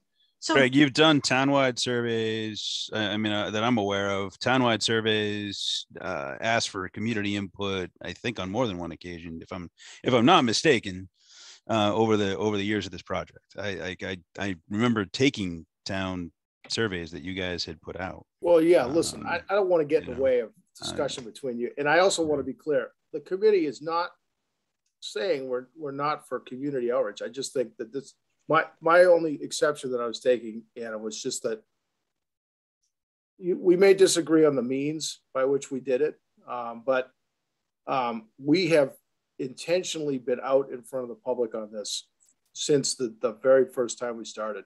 When we come to meetings, like we didn't do it tonight because we weren't really on your, but I think the last time we came to a meeting, like even when you had I think last 3 weeks ago when you had the community forum for the Marshall Park, I think we blasted that off on the skate park social media to try to get people out. Like we really have been, we've really tried to do what we can to get that message out. So I want to be clear, we're not against public involvement. We've been for it for 4 years on this. No, I don't disagree with that. I think, it's a matter of process. I feel like we failed to do it as it should. Corinne Scouten has her hands raised. Okay. Yep, sorry, Corinne. Go ahead, you can unmute, Corinne. Why do you look like you're in the park? Oh no, you're at home. Okay. Hold on, I thought I had muted. You have to mute it on, yeah. That better? Yeah. All right. I hear what Anna's saying because I think I kind of introduced this when I was speaking at the last meeting. It's hard if you're not a follower of a group that is doing something on Facebook to be in tune with what is going on regularly, right? So I don't follow the skate park page, so I didn't have all the details. I would see things in the ledger once in a while, whatever. We're all busy, we're all involved in many other things, and if that one particular area isn't our focus, we might not see all the details that we might need to see. So the surprise that I experienced at that meeting a few weeks ago was genuine because it's not something I follow, right? So I think that's what I was trying to get across, is that the town we know has an issue with, whether it's the town or whether it's a group within the town, of reaching everybody. And I don't know how to fix that, and I don't think anybody knows how to fix that, right? It's hard. But to Anna's point, because you guys as a commission are trying to move forward with this Marshall Park plan, and you are looking at designs and you know that this is going to be part of it, it may be good on the part of the skate park committee to have a more public meeting and say, hey, guess what's coming up? The Parks Commission is working on this plan for Marshall Park and we're going to be a part of it. Do you want to see what we're going to be doing? And maybe find a way to get that out there rather than through Facebook, to invite people to something. Go stand up in front of the select board and say it at one of their meetings, ask some of the other pages in town to put it on their Facebook pages. Like we could put it on the Lions page, you know what I'm saying? Just to get the word out there to different groups of people, so. No, and that makes sense. My concern though, is that what Anna's looking for is different than what she would be, different than the information that the skate park would be gathering. If the skate park holds a community meeting, they're going to be looking for feedback on their they don't even have a preliminary design yet, I don't believe. They'd be looking for feedback on like a preliminary design. They don't have that ready to be able to get feedback on that preliminary design. But I think, Anna, what you're asking for is to have a bigger conversation about whether or not a skate park's even wanted in town. And I'm concerned about, because we're way past. They've already done it. They've already done that survey. They've already asked the town. We're reinventing the wheel. That was done 3 years ago. Yeah, I've sat back through all of this, and I totally agree with what Chris just said. The ship sailed on that a long time ago. We have not been hiding behind closed doors with this process. We have committed to the area of the park for the skate park. We had a vote on that, and that motion was very clear. We are committed to that location. And other than putting conditions with the we can change our minds, because I remember exactly saying that, like, we want to support them, but I think maybe in your mind it was we can change our minds, but the motion was that we committed to that piece of property in that general area that was laid out to us in that design, and that the conditions were that they come back to us with a completed design that we would review and have a final okay on. That's when we have the public input meeting. The public can be a part of that meeting then. We have committed to this. It's way down the road from bringing the public in to say they like it or they don't like it. We have control of this property.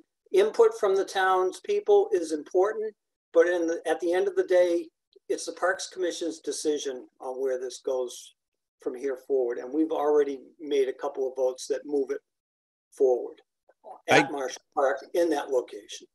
Truthfully, I can't think of another group in town that has been more in front of various groups of people. Corinne, I understand what you're saying for sure. I understand, it's not like you're not part of the skate park group page, but this is a group that's been in front of the Board of Selectmen repeatedly, giving them updates. It's been a group that's been in the center of town. It's been a group that's been here at Parks Commission meetings several times. They've been in the press. They've been in I can't think of a group that has been more in front of the town than that group of kids. Much to our kids' chagrin. Right. Yeah. I mean, kicking and screaming probably at times. I hear you. And I think to go back at this point and think about and say, let's have a discussion and talk about if the town wants to skate. That's already been done. It's been done. We're way past that kind of discussion. I would certainly support it. I can't imagine I would think the skate park group would want to put a design in front of folks and share it with the town so that people can embrace it and see it. And they're going to want to show kids, and they're going to want to show people in town that are going to use it.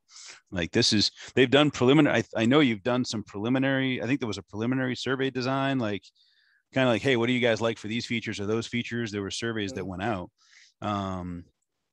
You're obviously going to want community input on a final design to say, yeah, this is what kids are going to use and adults are going to use and BMX riders and whatever, you're going to want to see that, they're embracing the final product. But I don't think we want to go back that we should be going back at this point and saying, let's have a discussion about, the possibility of a skate park in Marshall Park at this point.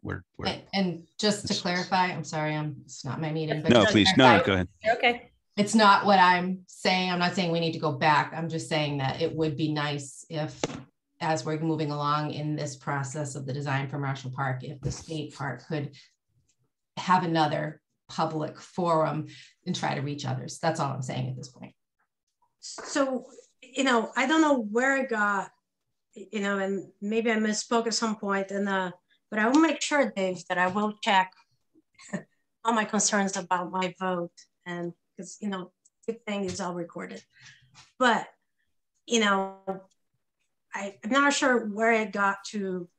My thought is to ask if it's okay to do a skate park or not. So to have a community meeting, to answer questions, to and do a process where people are familiar with, that they know this is the time you come to speak about this within everything we do in town.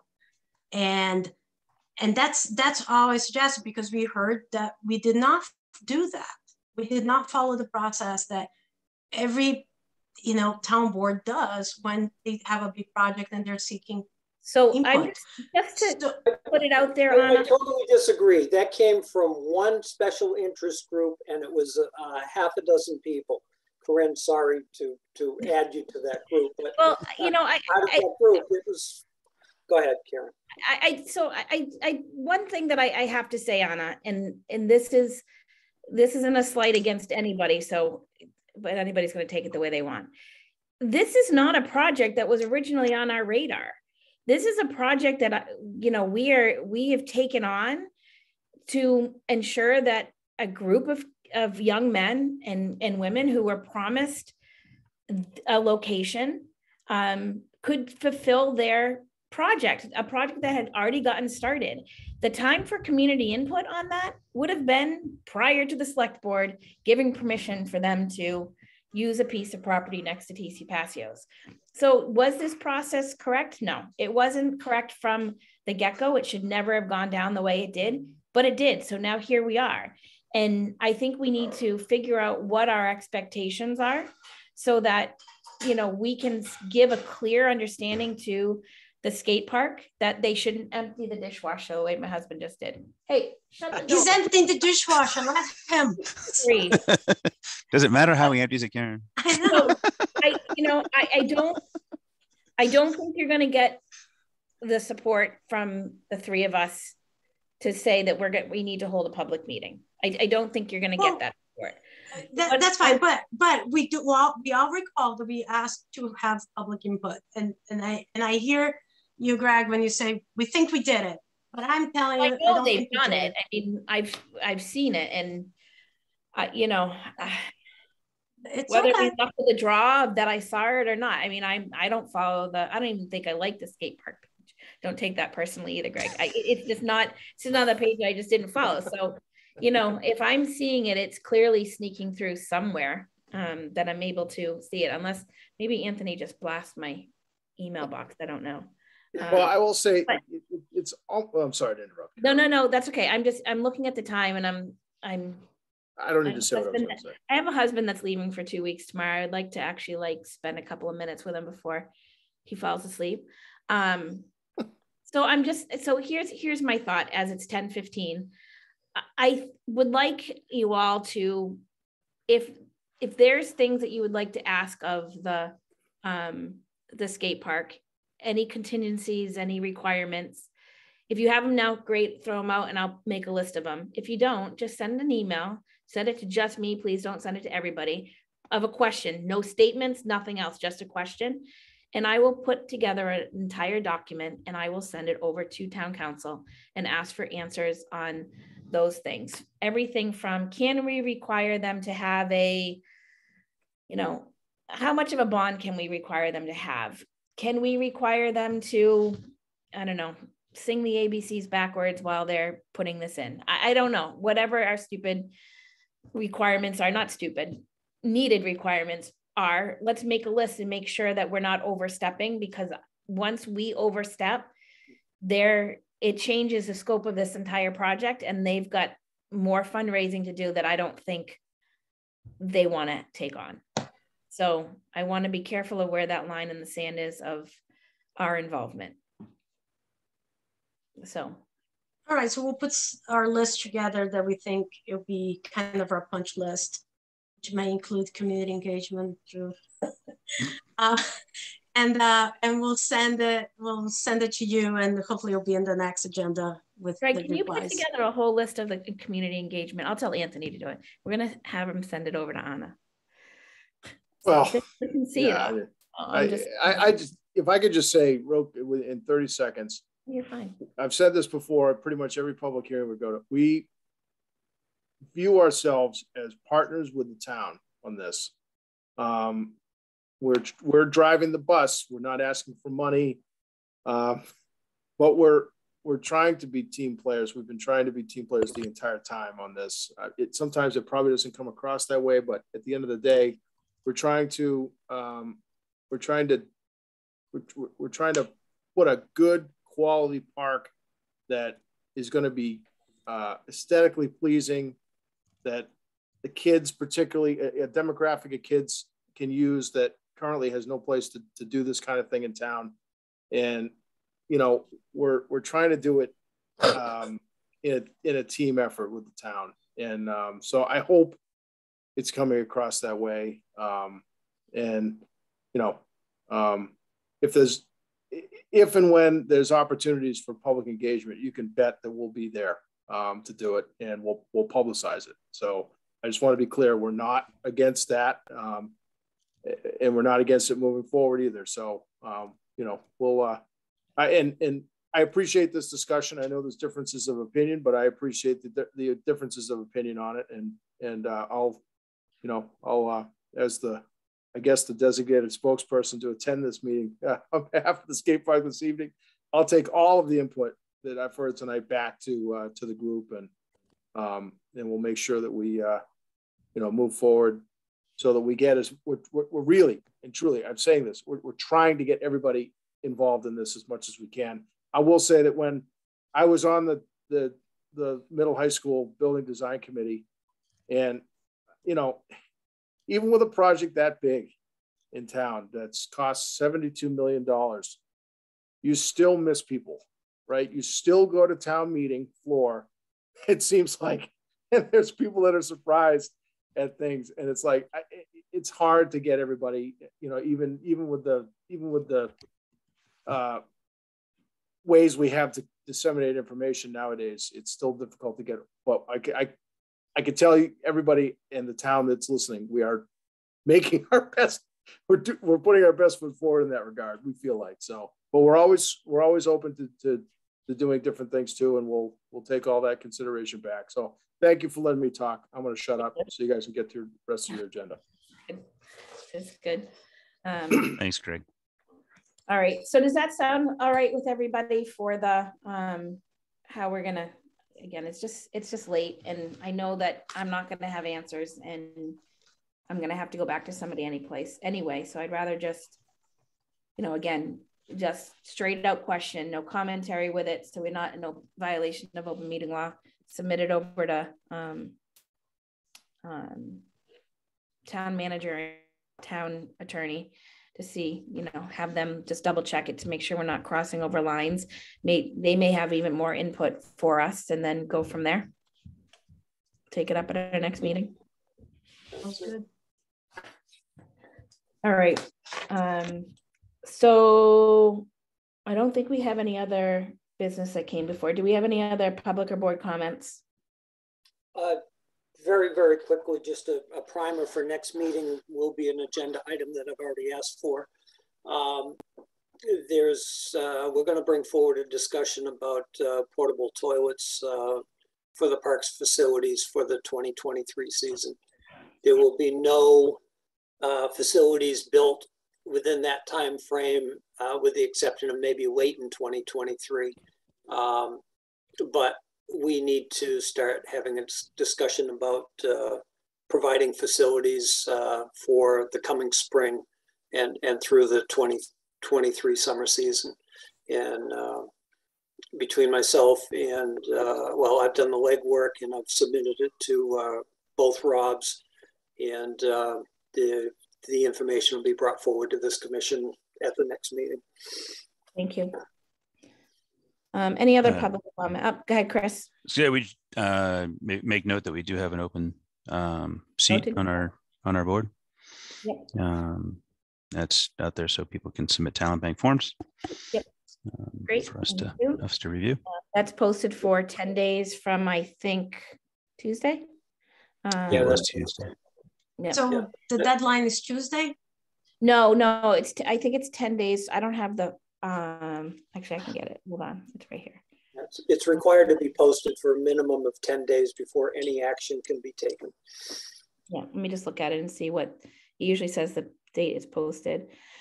The select board and park commission will accept applications from interested persons through January 29th. The vacancy will be filled by a joint vote of the select board and the park commission. So I actually think, did both of you join us through that process before? I did initially.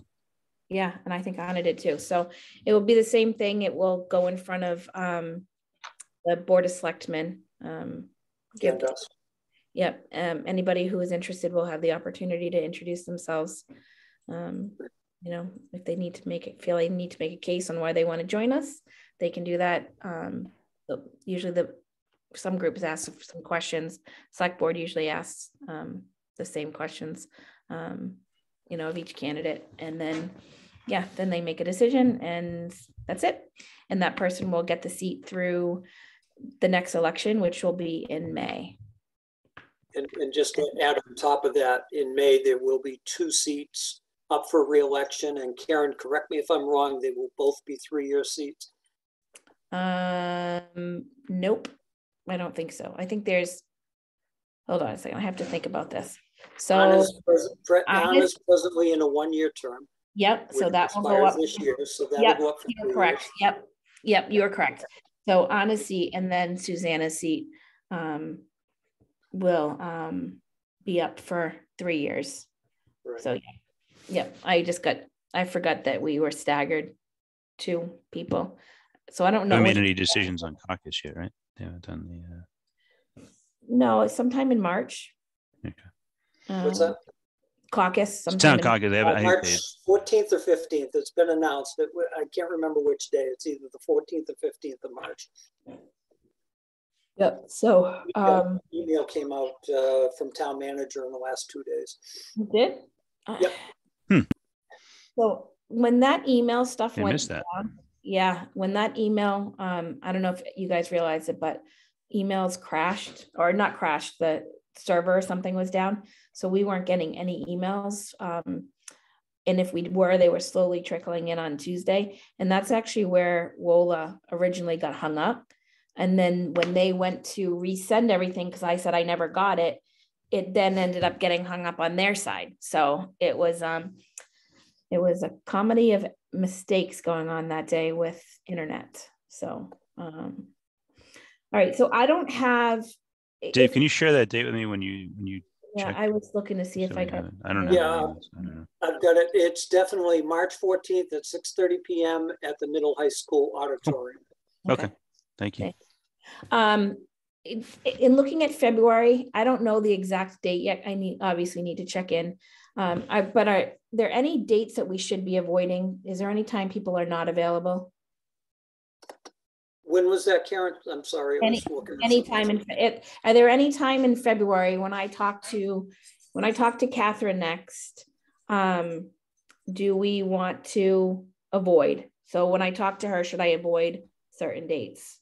So I coach basketball on Monday nights at 7. Okay, so no Monday. And I coach basketball on Fridays at 5. I'd be done by if it was a Friday. I don't envision it being a Friday, but it could be a Friday. And then, but I'd be done by 6. Okay, Dave or Honor. So I think that's the only thing that definitely jumps out. You expect it's going to be Zoom 3rd or last week of February, or are you thinking middle of the month? So the third full week of February is actually February vacation. So if we can avoid that, I'd like to, only because we have visitors coming in that week, and I know Chris has kids in school. So my best availability is between the 4th and the 10th, but I'll make anything work. Okay. All right. I have a feeling that's going to be too soon for Catherine. We left it with her that we were going to try to solicit some more feedback. Yeah. Yes. So how are we doing that? She was willing to accept more feedback. I guess we need to know how we're going to do that. Yeah. So let's decide that right now. Chris, can you put together a Google document real quick in the next couple of days with literally I would keep it super simple. Like here's the 2. Do we want to send I have big concerns about sending that first document out. The first design. The town just posted a survey for their design like this afternoon, and it was very It was very straightforward, like, what do you like about this design? What do you don't like about this design? What would you like to see a change? Like 3 questions. And it was very open and not, I thought it was actually pretty good for this kind of conceptual design. Where did they share that, Anna? They shared on their Facebook, public, their official page. I'll have to go find that. Okay. Surprised we didn't get it in our email. Oh, let's see. Please take a, yeah, it's on the Lunenburg Town website. Yeah, so. Surprised it yeah, hasn't circulated more. I think they just put it up like, here, I'll put it on the chat. Schematic design 1, designers. Yeah, it's, what do you like? What do you don't like? How would you improve? And they, responses, meetings for surveys. I think this is exactly as pretty much what we can do. Survey will close on February 4th. Okay. So the question is, so I'm going to need to tell her when we're closing off our feedback. Do we want to, if we go in, so again, my tired brain, I can't give you the exact date, but I think we have them under contract. We can keep them May. as long as May 1st, I think. I think so, yeah. So I don't have a problem if you guys think that we should keep this open for 10 days to 2 weeks, or we could keep it open for 1 week. It doesn't matter. It just, if we do 10 days to 2 weeks and we're, they're going to need time on their end. So we're going to be bumping towards the end of February. Let's do a close on February 1st if we can get it out the next day or 2. Yeah, I mean, if we have them under contract till May, we're not in a rush. I don't think we're in a crazy rush, right? Right. So if we weren't, I don't ever like putting the brakes on anything. No. I'm not saying put the brakes on, but I think if we leave this open for so the select board posted this, I guess, today, and they're leaving it open till the 4th. So it's a week. They're about 2 weeks. So I think in the good faith of that sort of deal, maybe we leave it open for 2 weeks, and if we're getting 2 final designs from them at the end of February or 1st of March, we're still plenty fine. I'd hate to rush the survey more than we should. I'm with you, Chris. I don't think we're. That puts us into February 6th, plus or minus. Yeah, I mean, there's no reason I don't have this done tomorrow. You know what I mean? I think, can I break? Just cut and paste their survey. Yeah, I can take the. I think the survey they sent out is totally fine. It literally says, we'd love to get your comments on each option to develop the final master plan. Please review each option. Give us your feedback. The survey will close on February 4th. Schematic A, your answer. What do you like about A? What don't you like about A? What would you improve on option A? And then the same thing for option B. And then which do you prefer? Yeah, I mean, that's and then anything else you want to tell designers. I think we just do the same thing. Yep. I don't think it has to be anything. No, I think just this, because I think that's what they were. And what, Chris, one thing, I would add is, if you want to hear more about the details of each design, please watch the meeting. And anyone who hasn't watched the meeting. Yeah, watch the, Yeah, because then they can. There's a walkthrough in the meeting of both designs. So they right. So we're keeping this open for 2 weeks. Is that what I'm hearing? I would. Yep. Okay. So let me go back to Catherine and then see how long she needs after she gets all that comments back to, So if we get it out this weekend, 1 week there. I mean, the select board has theirs open for a little more than 2 weeks, actually. So if we closed it we could close it on Sunday the 6th so that we're giving them all the survey thing on Monday the 7th. Does that make sense? It doesn't matter whether I tell her the 4th or the 6th, because it's that's not going to. Yeah. No, as when she'd have the results, you could just say you'd have survey results from us on Monday, February 7th. Yep. Kind of deal. We just closed the survey on the 6th. Thank you, Chris. That's fine. All right, so you're going to do that. So I'll talk to her and see how long she needs. So my next question to you guys is, if she needs more than 3 weeks and she doesn't want to see us until early March, do you want to do a regular meeting in February? I think we need to, because we need to talk about Town Beach. Like today we got an update briefly. We should, yeah, we should have lifeguard updates by then and things like that. I think the lifeguard posting should be out and things like that. So maybe we can have some questions about initial summer program also. Yeah, we should have the skate park, maybe answers from the town council and skate park questions we should be asking. If you get them over to me, I can send them over. Yeah. Do we want to do the 10th, the 17th, the 23rd? The 23rd school vacation week. I mean, I can make it work. I don't know if you guys have plans, Chris, but I have nothing concrete yet. I'm going to be traveling on the 10th, so that doesn't work for me. Okay. 17 then? I'm good with the 17th. All right, great. Chris, I'm going to ask if you will take hosting, maybe even chairing on the 17th. I will be there. I'm just going to be in a location that I don't know what the internet connection is going to be like yet. And with my luck, it's going to be not strong. So I just want to have you on board. Okay. You know, in case I look like I'm there, but I'm like frozen in time. All right. So we're going to aim for the 17th of February. Perfect. All right. Awesome. I have sticky notes all over my computer. I've lost my voice. I'm absolutely exhausted. I will entertain a motion to adjourn at 10:35, and good luck to Dawn for doing these minutes. So moved. Second. A quick roll call on that. Anna? Aye. Chris? Aye. Dave? Aye. And an aye for myself. Good night, everyone. Good night. Safe travels for Chris.